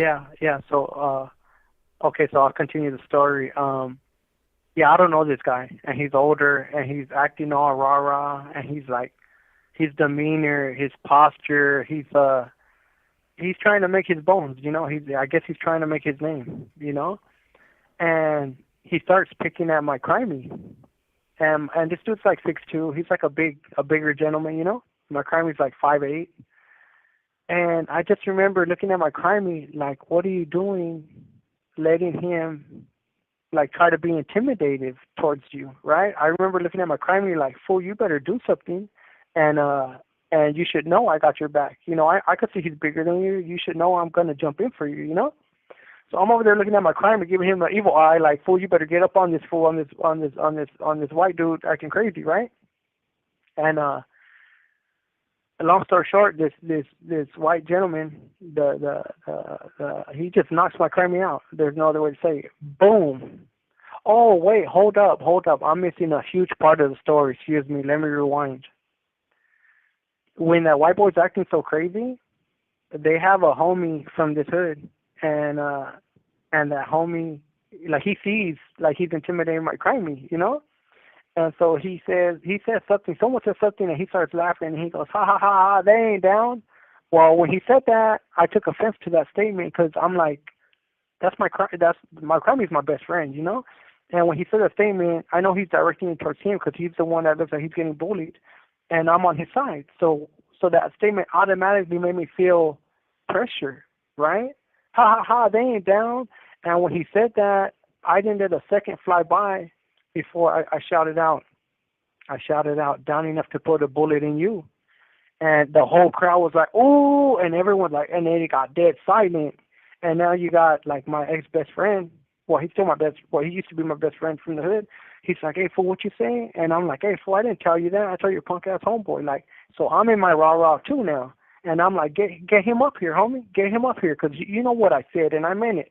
So now it's all rah-rah. And so the homie comes up to my face, And he's like, what you saying? And we start fighting, da-da-da-da. And then that's when my crimey gets knocked out, right? Now, what we did not know at this time was nobody knew it. I did not know it. My crimey did not know it. None of the people we grew up with knew this. Them two fools that came to trade their car, they're like karate champs. One of them won the karate bout. I guess every state has a karate king every year, annual year. One of them fools won that bout like 3 times in a row. So these fools start doing karate and all these gang members, but I can't even enjoy it and see it because I'm over here getting jumped. Like there's a bunch of fools on me, and then my crimey gets knocked out, so he don't see it. But yeah, they. Esta llamada y su número de teléfono será controlada y grabada.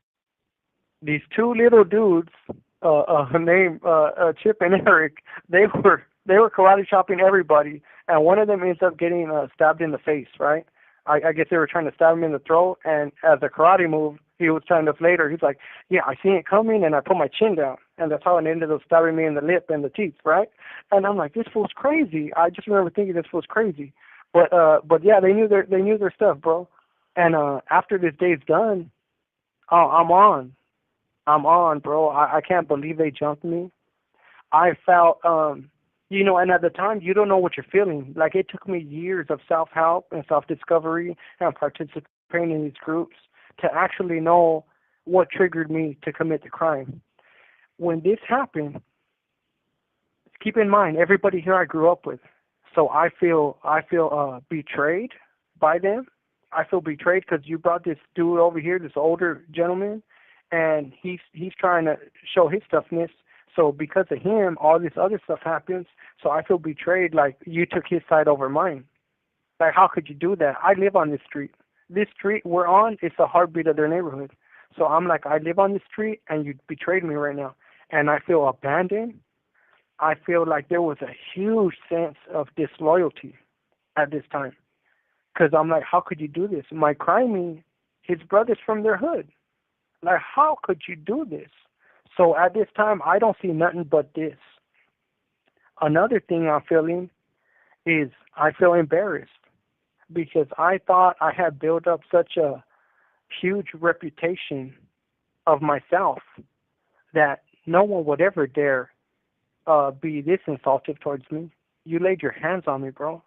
I will find it mind-boggling if you were to cuss me out or something, because at this time I'm like, you should know who you're cussing out. That's how far down the criminal aspect I was mentally. I was like, I'm king, and I'm going to die in these streets, or it's going to be what it's going to be, you know? So when this happened, I felt embarrassed. I felt humiliated, and that brought forth the anger, that which I think at the time is the first emotion I feel. I think it's anger, but anger is secondary emotion. So when you start taking self-help groups, they help you realize, like, all this happened before the anger even got set in there, right? So after this, I'm just like, I'm on some revenge stuff. I'm like, oh, and they did it to me right here. You got to be kidding me. I know where everybody lives. I know every secret spot. I just couldn't believe it. So when we leave that night, everybody runs, everybody leaves the house, and then I get up, and I'm on some rah-rah, and everyone's gone, and my crimey's on the floor, and I'm like, what the heck? And then one of the karate boys is there, and he's like, other karate boy took off running. They stabbed him in the face, and I'm like, I guess that's why they left, because they went to chase him, because he was doing his damage, and they stabbed him. He ran. Everybody ran after him. So then we pick up my crimey, we put him in the car, we take off. We go like to another set of friends' houses, right? And that guy with the lip, he ends up showing up, and his hands covering his face, and his blood all over, and all over his shirt, all over his hands, on his face. And we're like, what happened, fool? They shoot you? And he's like, no, they stabbed me. And that's when he tells us that story of him putting his chin down. And I'm just like, oh, this ain't over, bro. This is not over. And my crimey's like, what happened? And I'm like, because he got knocked out. So I didn't realize at the time, when you get knocked out, when you come back, you're not there. So he's in that not there stage. And this is the first time I see someone get knocked out in front of me when they wake up. And I'm like, fool, stop acting stupid. You're acting so stupid right now. You should have just fought that white boy. I would have backed you up. Like, I'm all blaming him for my stupid comment of down enough to put a bullet in you, and that's what got the whole thing. That's what got us jumped. But if I would have just never said that, we wouldn't have got jumped. And if I would have never held so much anger, I wouldn't end up killing somebody. Like, why couldn't I get jumped? Everyone gets jumped out there. Fools get jumped all the time. They don't react like I reacted. But in my mind, I couldn't let that go. And it drove me. And 2 days later, I'm at the movie theaters, and guess who I see? The white boy right there. And now everyone's talking like, oh, this fool's from this hood, and da-da-da-da. And I'm like, oh, okay. So what happened was they jumped him in the hood that same night later on, right? They're like, okay, you're worthy or whatever they go. So now he's feeling himself. So I catch him at this, and keep in mind I live on the street, and my crime lives on the street, and we live on the heartbeat of their neighborhood. So they're always deep on the street. Except when they jumped us, they were scarce. They were nowhere to be found because I was already like, and they knew it. They knew it, you know.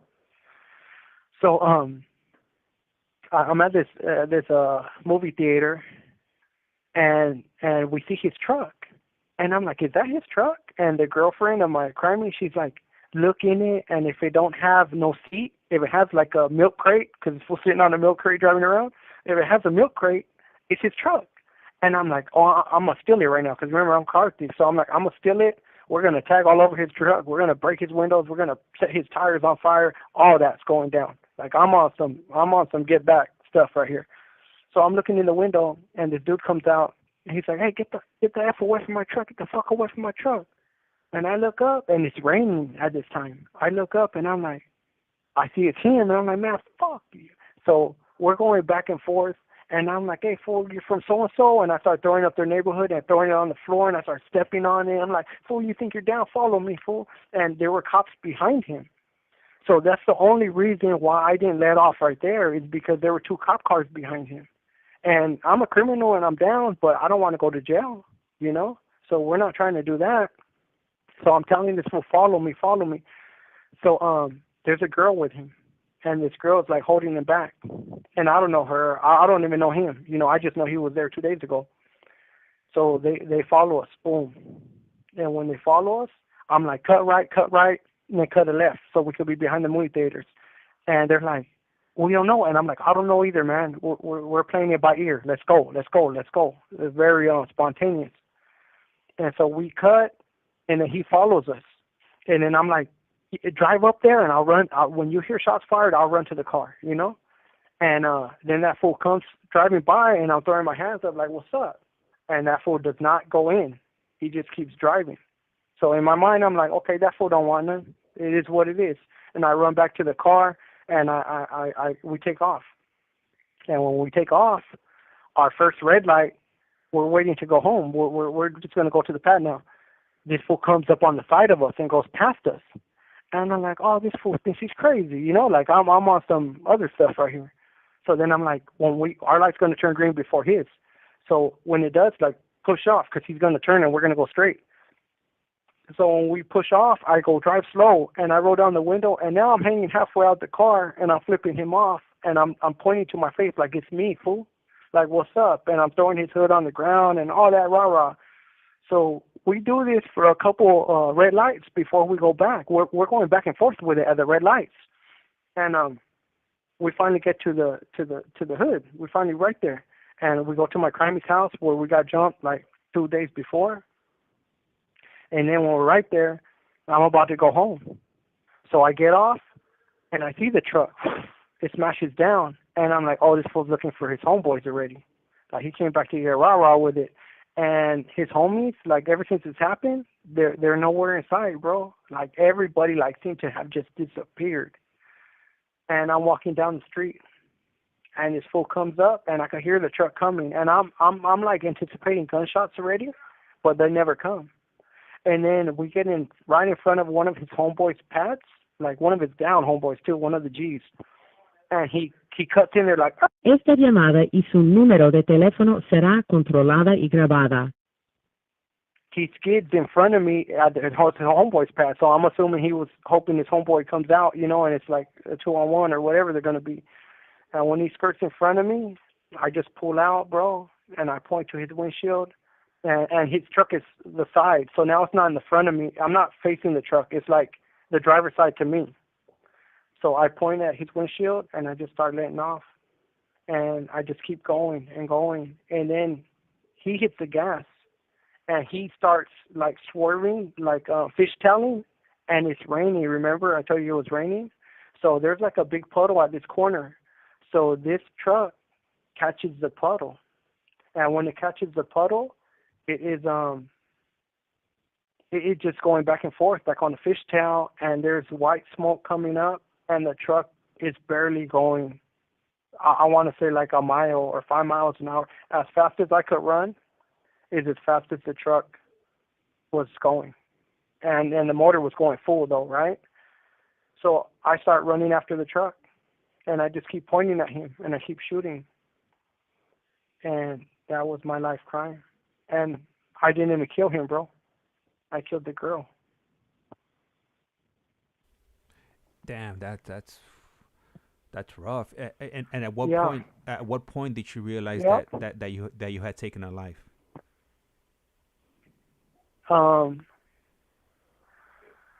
Okay. Well, the crime finished there, like on paperwork and on everything, right? It finished.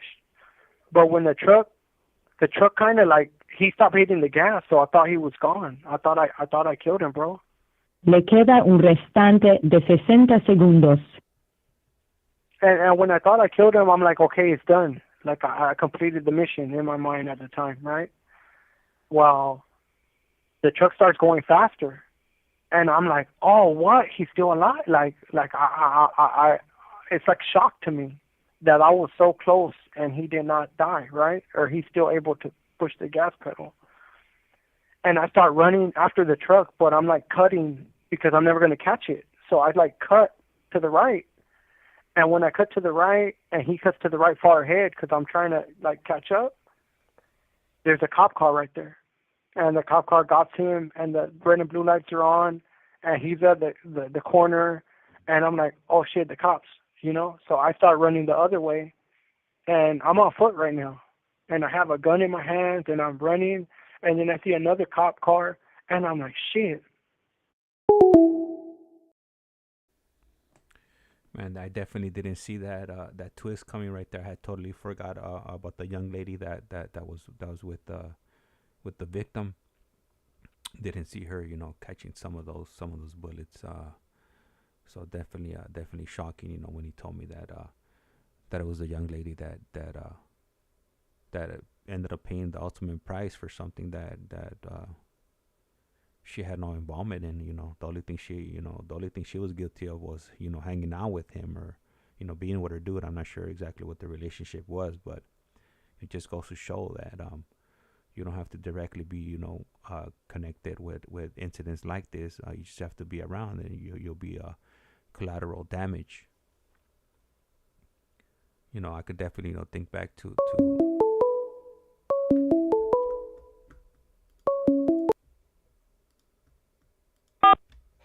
This call is now being recorded. Link. Usted tiene una llamada prepagada de Joe Perez.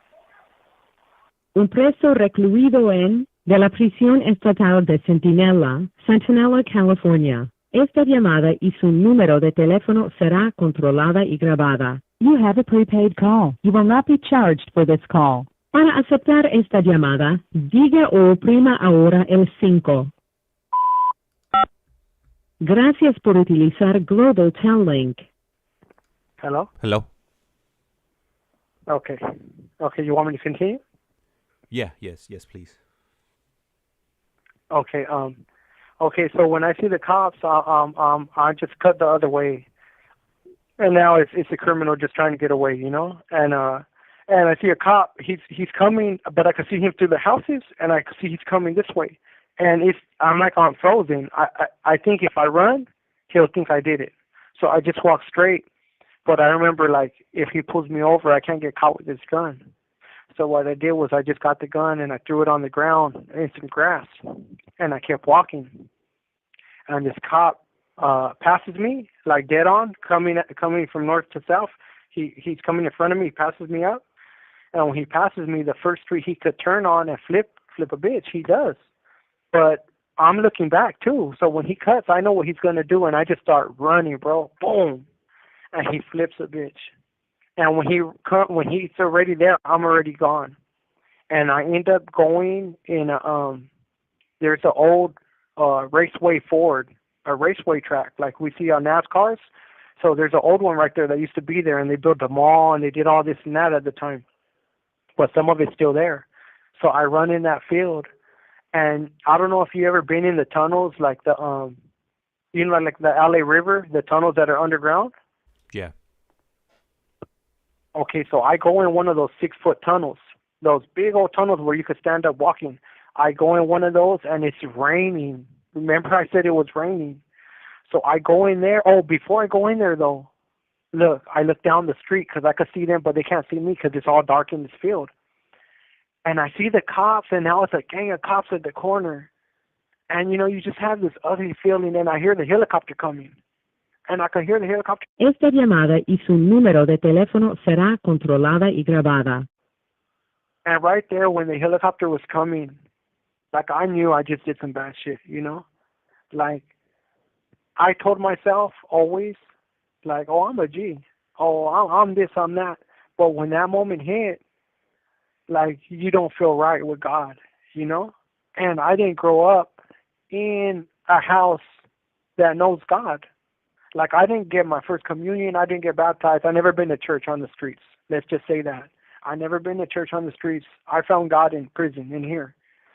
At that time, it didn't feel right. I guess your soul knew you just killed somebody. That's the best way I can explain it, right? And I never prayed to God before, but right there in that field, I just broke down, bro, and I started praying, and I was like, you know what, just forgive me, and please let them live, And then I snap out of it. The prayer is done, and I go back into survival mode, and I'm like, don't get caught, fool. So then I go into that big old tunnel, and water's rushing out, and I'm like, I don't give a fuck. I'm gone. I go in that tunnel. At this time, we didn't have cell phones. We had pagers. So I pick up my pager, and I'm going in the tunnel, and now I'm like waist deep in water that's trying to move me, and I just keep going deeper and deeper in the tunnel, and I'm picturing spider webs on the top because they don't want to die, so they're going to go to the roof, so I'm just going to get all these spiders on me, and I'm picturing the cops coming down and looking in that tunnel with flashlights, and I stayed in that tunnel for a couple hours, bro. And then I came out, and I came out the other end, and I was scared to come out the field because I was just like looking for cops, and I couldn't see them no more. It's like probably like 3 in the morning now, 2:30 in the morning. It's like late, and I just go to the homie's pad and I wash my clothes, and that was that night, So at this point, you didn't know, the condition of any of the victims. I didn't know. Go ahead. I didn't know. I did not know. How do I say it? I did not concretely know anything, but in my heart of hearts, like that prayer came because I knew, like I just knew, I just felt it, So ultimately, and I didn't know who. After the incident, transpired, you didn't want to take anybody's life, right? At the moment, while you were doing that, maybe you did, but after. After you start thinking about things clearly. After when I was doing that prayer, I regretted it, bro. I was like, what did you do? What did you just do right now? That was my mindset, right? At the time when I was doing it, I absolutely wanted to do it, I was like, oh, this foot's going to get the business right now. And it didn't even go down like that, bro. He lived, and she passed away. And then I started the journey of prison and all that, and years later, they say that same individual, I met somebody in prison from La Puente, that he was like, I was in your city, fool, I'm in here for so-and-so, and I'm like, huh? And they were like, and I guess a year later, he got killed in front of a continuation school, March Mountain, he was over there trying to be a bully to that fool from Puente, you know? Also, your same victim, the one that you attempted to, to take his life, Yes. somebody else ended up, Yeah. taking his life, and you ended up killing him and running into into him, and he. Wow, that's. Yeah, because he had a life sentence too, you know? That's man, talk about full circle there, you attempted to take somebody else's life, and then you end up meeting the other person that ended up taking your initial victim. Yeah, the other person that took him. Yeah. Wow. Yeah. Wow. Yeah. Prison is definitely a small world, and especially when you're out there, committing crimes like that. Unfortunate that that this young lady ended up losing her life. She I'm pretty sure she didn't have anything to do with the incident. The only thing she was probably guilty of was just hanging around. I'm not sure what type of relationship they had, maybe boyfriend girlfriend, but definitely very unfortunate that this young lady ended up losing her life over nothing, pretty much. Yeah, absolutely. I could have just walked away from everything, and at the time I couldn't, Yeah, but then we got to go back to your mindset. What were you, like, 16, 17 at the time? You're not. I was 17 at the time. Yeah, I mean, I could think back to 17, and I definitely wasn't thinking about consequences or the effect on certain actions you're gonna have towards somebody else or yeah, bro. Just speaking on that topic. I knew what I did, and I didn't think I was getting life in prison. Like, that reality didn't even set in. And even when I got found guilty on my third trial, I still didn't think I was getting life in prison because everyone said, take it to the box, and you'll be on appeal. So I was still not grasping the reality, and I definitely wasn't taking responsibility because at that time, when I'm barely coming to prison, all I could think about was, man, if my friend Louis didn't tell, I wouldn't be here. Man, if he didn't think I slept with his girl, I wouldn't be here. So I was putting all the blame on one of my friends, right? Instead of saying, like, you messed up, you did this. It wasn't that. It was the lawyer could have got me an acquittal. The lawyer could have got a mistrial, the third trial. That would have been the third one if I have to do time. So I was just blaming everybody but me. And that went on for years because I was playing the victim. Like, how could you give a 17-year-old kid? I wasn't even thinking about this poor girl that I had murdered. I wasn't thinking about her family.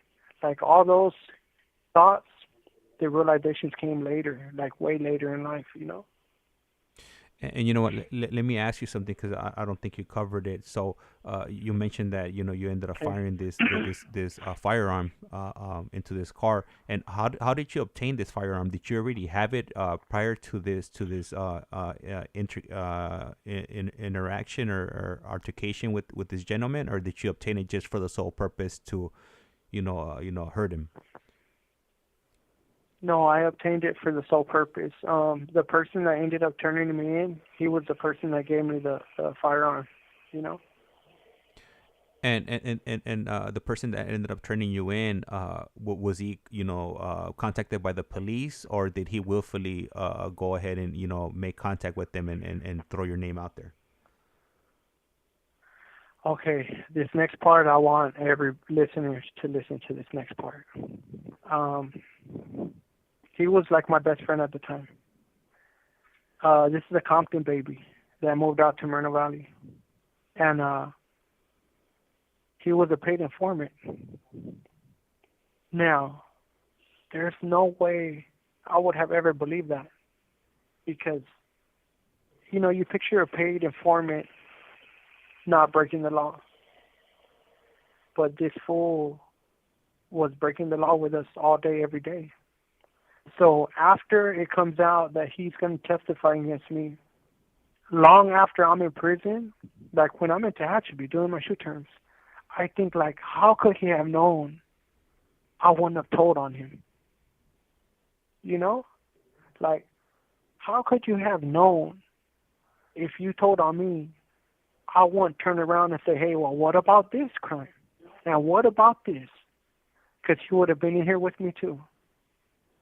So the point I'm trying to make is, if you think your crew's tight because you got a down homeboy, like, that was me. And he was a down homeboy too. But I didn't know he was a paid informant. And would he have ever told on me if he thought I didn't sleep with his girl? Heck no. That fool had love for me. That fool, like, we done so much together. But because he believed that I had slept with her, he turned me in on the next thing that happened, you know? And he got paid money for it, and he was responsible for the biggest drug bust in Riverside County at the time. And all this came out at trial. So when I'm going to trial and he has to take the stand, I'm finding all this out, and it's all starting to make sense to me. Like, oh, we were there when that happened. And the next thing you know, the cops go. So this fool was playing dirty the whole time and getting people, calling the cops on people and getting paid for their arrest. And when he goes to jail, cases are getting dismissed, and I'm a little kid. So when he says, I bowed out from the county, I believe it. I believe you can bail out from the county. I don't know that if you commit this crime and you bail out and you commit the next crime, you know that bail gets harder to get every time you go till they just take it away. And I didn't know that.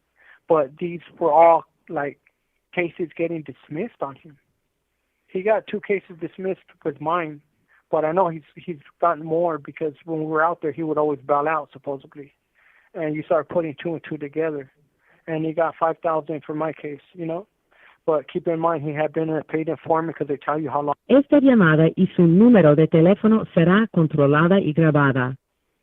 He had been a paid informant for 3 years. For 3 full years prior to taking the stand.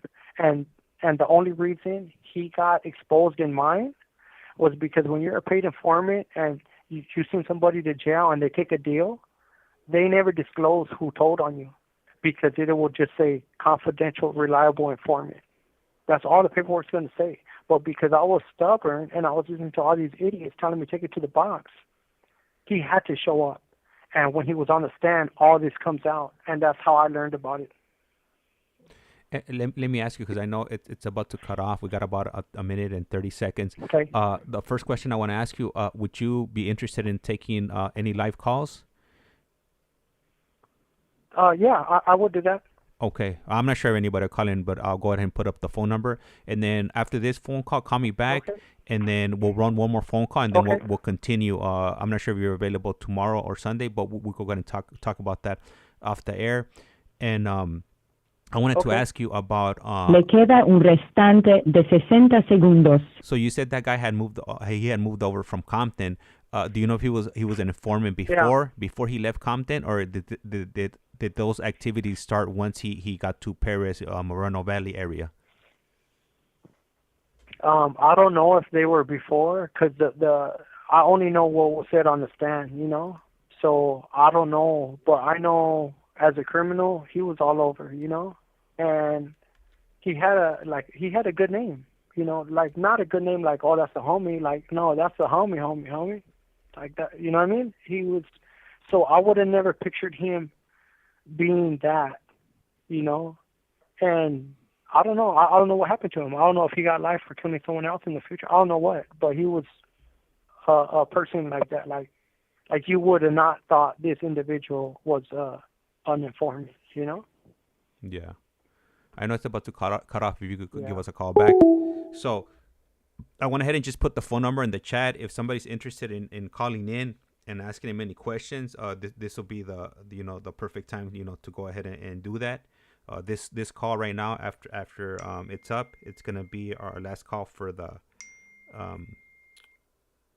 stream, and then we'll continue his story on his next available date. So I'm just plugging the phone in right now. So if anybody does choose to call in, I'll be able to go ahead and take those calls. If not, then we'll just go ahead and continue with this story. And go ahead and pick his brain as far as like what was his county jail experience once, or I'm pretty sure he went to the house since he was under under 18. This call is now being Global recorded. Telling. Usted tiene una llamada prepagada de Joe Perez. un preso recluido en de la prisión estatal de Centinela, California. Esta llamada y su número de teléfono será controlada y grabada. You have a prepaid call. You will not be charged for this call. Para aceptar esta llamada, diga o oprima ahora el 5. Gracias por utilizar Global Tel-Link. All right. Yeah, hello? Hello. Hey, thank you for calling us back. And I just want to throw something out here for context. If you're not from California, so normally in California, when at this time, I don't know what it is now, but the bail amounts were outrageous. So it was very difficult, to get bail on certain type of crimes. So the bails, I know they would range either for 50,000, 100,000, and I think for murder would be $1 million. So yeah, if somebody was posting bail on those type of crimes, definitely red flags should have been going up. And so yeah. I went ahead and posted up the number. I'm not sure if anybody will call in, but if they do have that option if they want to ask you any questions. And so this gentleman, he, informant, he ended up, reaching out to the police and dropping your name.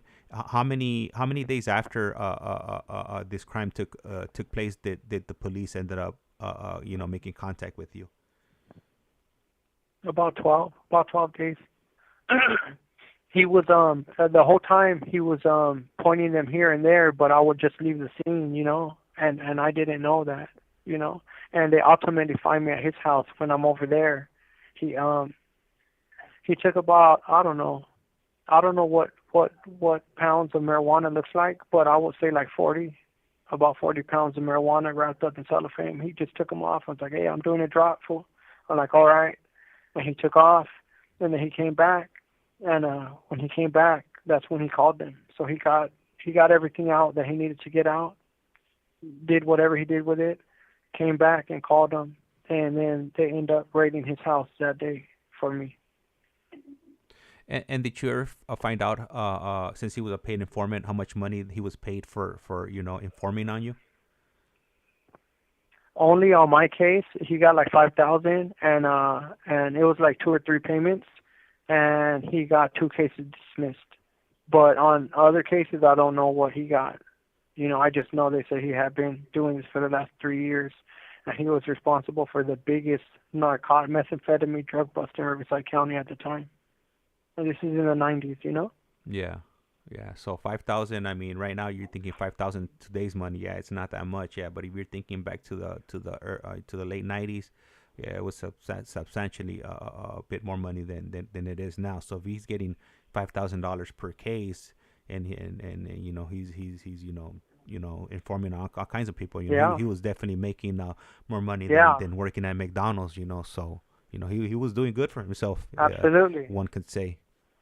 And he was a big-time drug dealer, so now I see why, like cases get dismissed, leave them out there, scratch my back, I scratch yours, so it all started coming into perspective after I knew he was an informant, Yeah. So, so the house gets raided, the cops pick you up, you're still 17 at this time, so I'm assuming you end up going to juvenile hall, to your local juvenile hall? Yeah, I go to the cop station, and the detectives are trying to wake me up, and I'm high, I'm blown out of my mind, I'm drunk, and they keep offering me coffee, and I just keep saying, like, I ain't talking to you, get my lawyer, or get my mom, release me, call my mom, and they're like, you're not going nowhere, and I'm like, well, then you better get my lawyer, and they did not want to take me to juvenile hall, bro. I spent like 4 hours in that cop station. They kept coming with coffee, I'm like, I ain't drinking coffee. They wanted to sober me up so I could start so they could start interrogating me, and they were not honoring the get my lawyer. They just kept trying to push and push and push. And by this time you already knew, right? Like, I mean, you were on the street, and the best thing you could have done for yourself at this time was just to not cooperate with the police, because at the end of the day, I mean, the police are just doing their job. They're trying to make their job easier by getting a confession from you. And I'm not trying to, help anybody Yeah. out So with any legal no, issues. no, I know, Yeah. I know, I know. At this time, keep in mind, it goes back to my childhood. My mother is like, screw the government. The government's corrupt. The government's out to get us. Taxes, IRS, everything the government's fault, right? So I developed that attitude from my mother. This is way before gangs. Like, way before gangs and the word snitching came into play, there was like no talking to cops, bro, because you're part of the government. So I'm in there for 4 hours. They're trying to wake me up with this coffee. They get so have a brain genius storm or whatever you want to call it. They get a picture of a clip, of a gun clip, put one of their thumbprints on it, put my name on it. It's all typed up, looks legit. They come back and they're like, "You think you're such a smart guy, don't you? You know what? You made a mistake. You left the print on the clip," and they show me it. All that coffee they were trying to give me didn't sober me up, bro. Nothing sobered me up. When I seen that fake clip picture, that woke me up. Esta llamada y su número de teléfono será controlada y grabada. I was like, you know what? Call my lawyer. And it was so lawyer, but they did that so I could start talking to them, bro. They fabricated this made-up clip out of one of their guns, probably, and ran it through the Xerox machine real quick and put my name on it and put all kinds of codes on it and said, "We got you right here, bro. You're never seeing the light of day again." But they didn't even have that. But they pretended they did. And that's a tactic I'm pretty sure they've used on hundreds of people before. It was not something that they just, came on a whim. Yeah. They're used to doing, dirty tactics like that. I mean, stuff like that. When you're dealing with the police, they could do whatever they want. They could lie. They could say they got 20,000 witnesses. They could do whatever they want, But as a criminal, you're thinking like, yeah, you just shut down as a criminal. I'm not talking to you at all. I'm not helping you in no kind of way, shape, or form. So from there, you're not answering any other questions, and then they end up taking you to the. No. Oh, they don't. They don't take you to local.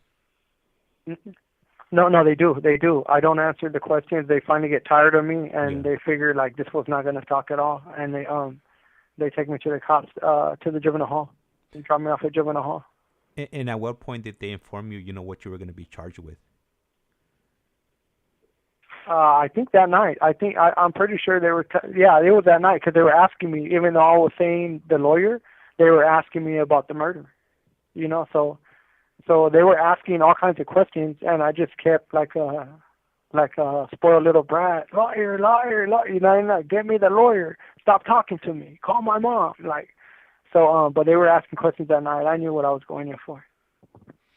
So you get to juvenile hall. What's your mindset? Are you thinking that you're going to be going to YA? That you're going to be doing juvenile life? What were you thinking? I think I'm coming home when I'm 25 years old because I'm so naive that I believe that I'm going to get juvenile life and I'm coming home. And I know when you go to YA and you're a little bad kid, like you could be as bad as you want to in custody. That's the general knowledge I have, right? So when I go to juvenile hall, I see one of these guys from that neighborhood, So I fight him immediately. I'm like, and then they have to separate us and we're in different groups. But my mindset was like, I'm going to go to YA. I'm going to come out buff. I'm not even accepting this as a crime yet. I'm still blind to it all, what just happened. I just keep thinking me, selfish. Like, you're going to get buff, you're going to hit these weights, you're going to come back, all the girls are going to love you. Like, that was my mindset right there when I'm hitting juvenile hall. And so you end up going to a fitness hearing, right? And what was that experience like? You lose it. That experience was like, hey, you're going to the fitness hearing, and then everyone, blacks and homies, they'll be like, oh, you're going to lose it, fool. It's just a process. They make us go to it, and you're going to lose it. And I'm like, all right. And then after that, we start going to adult court. So they'll start taking me to the adult court from juvenile hall.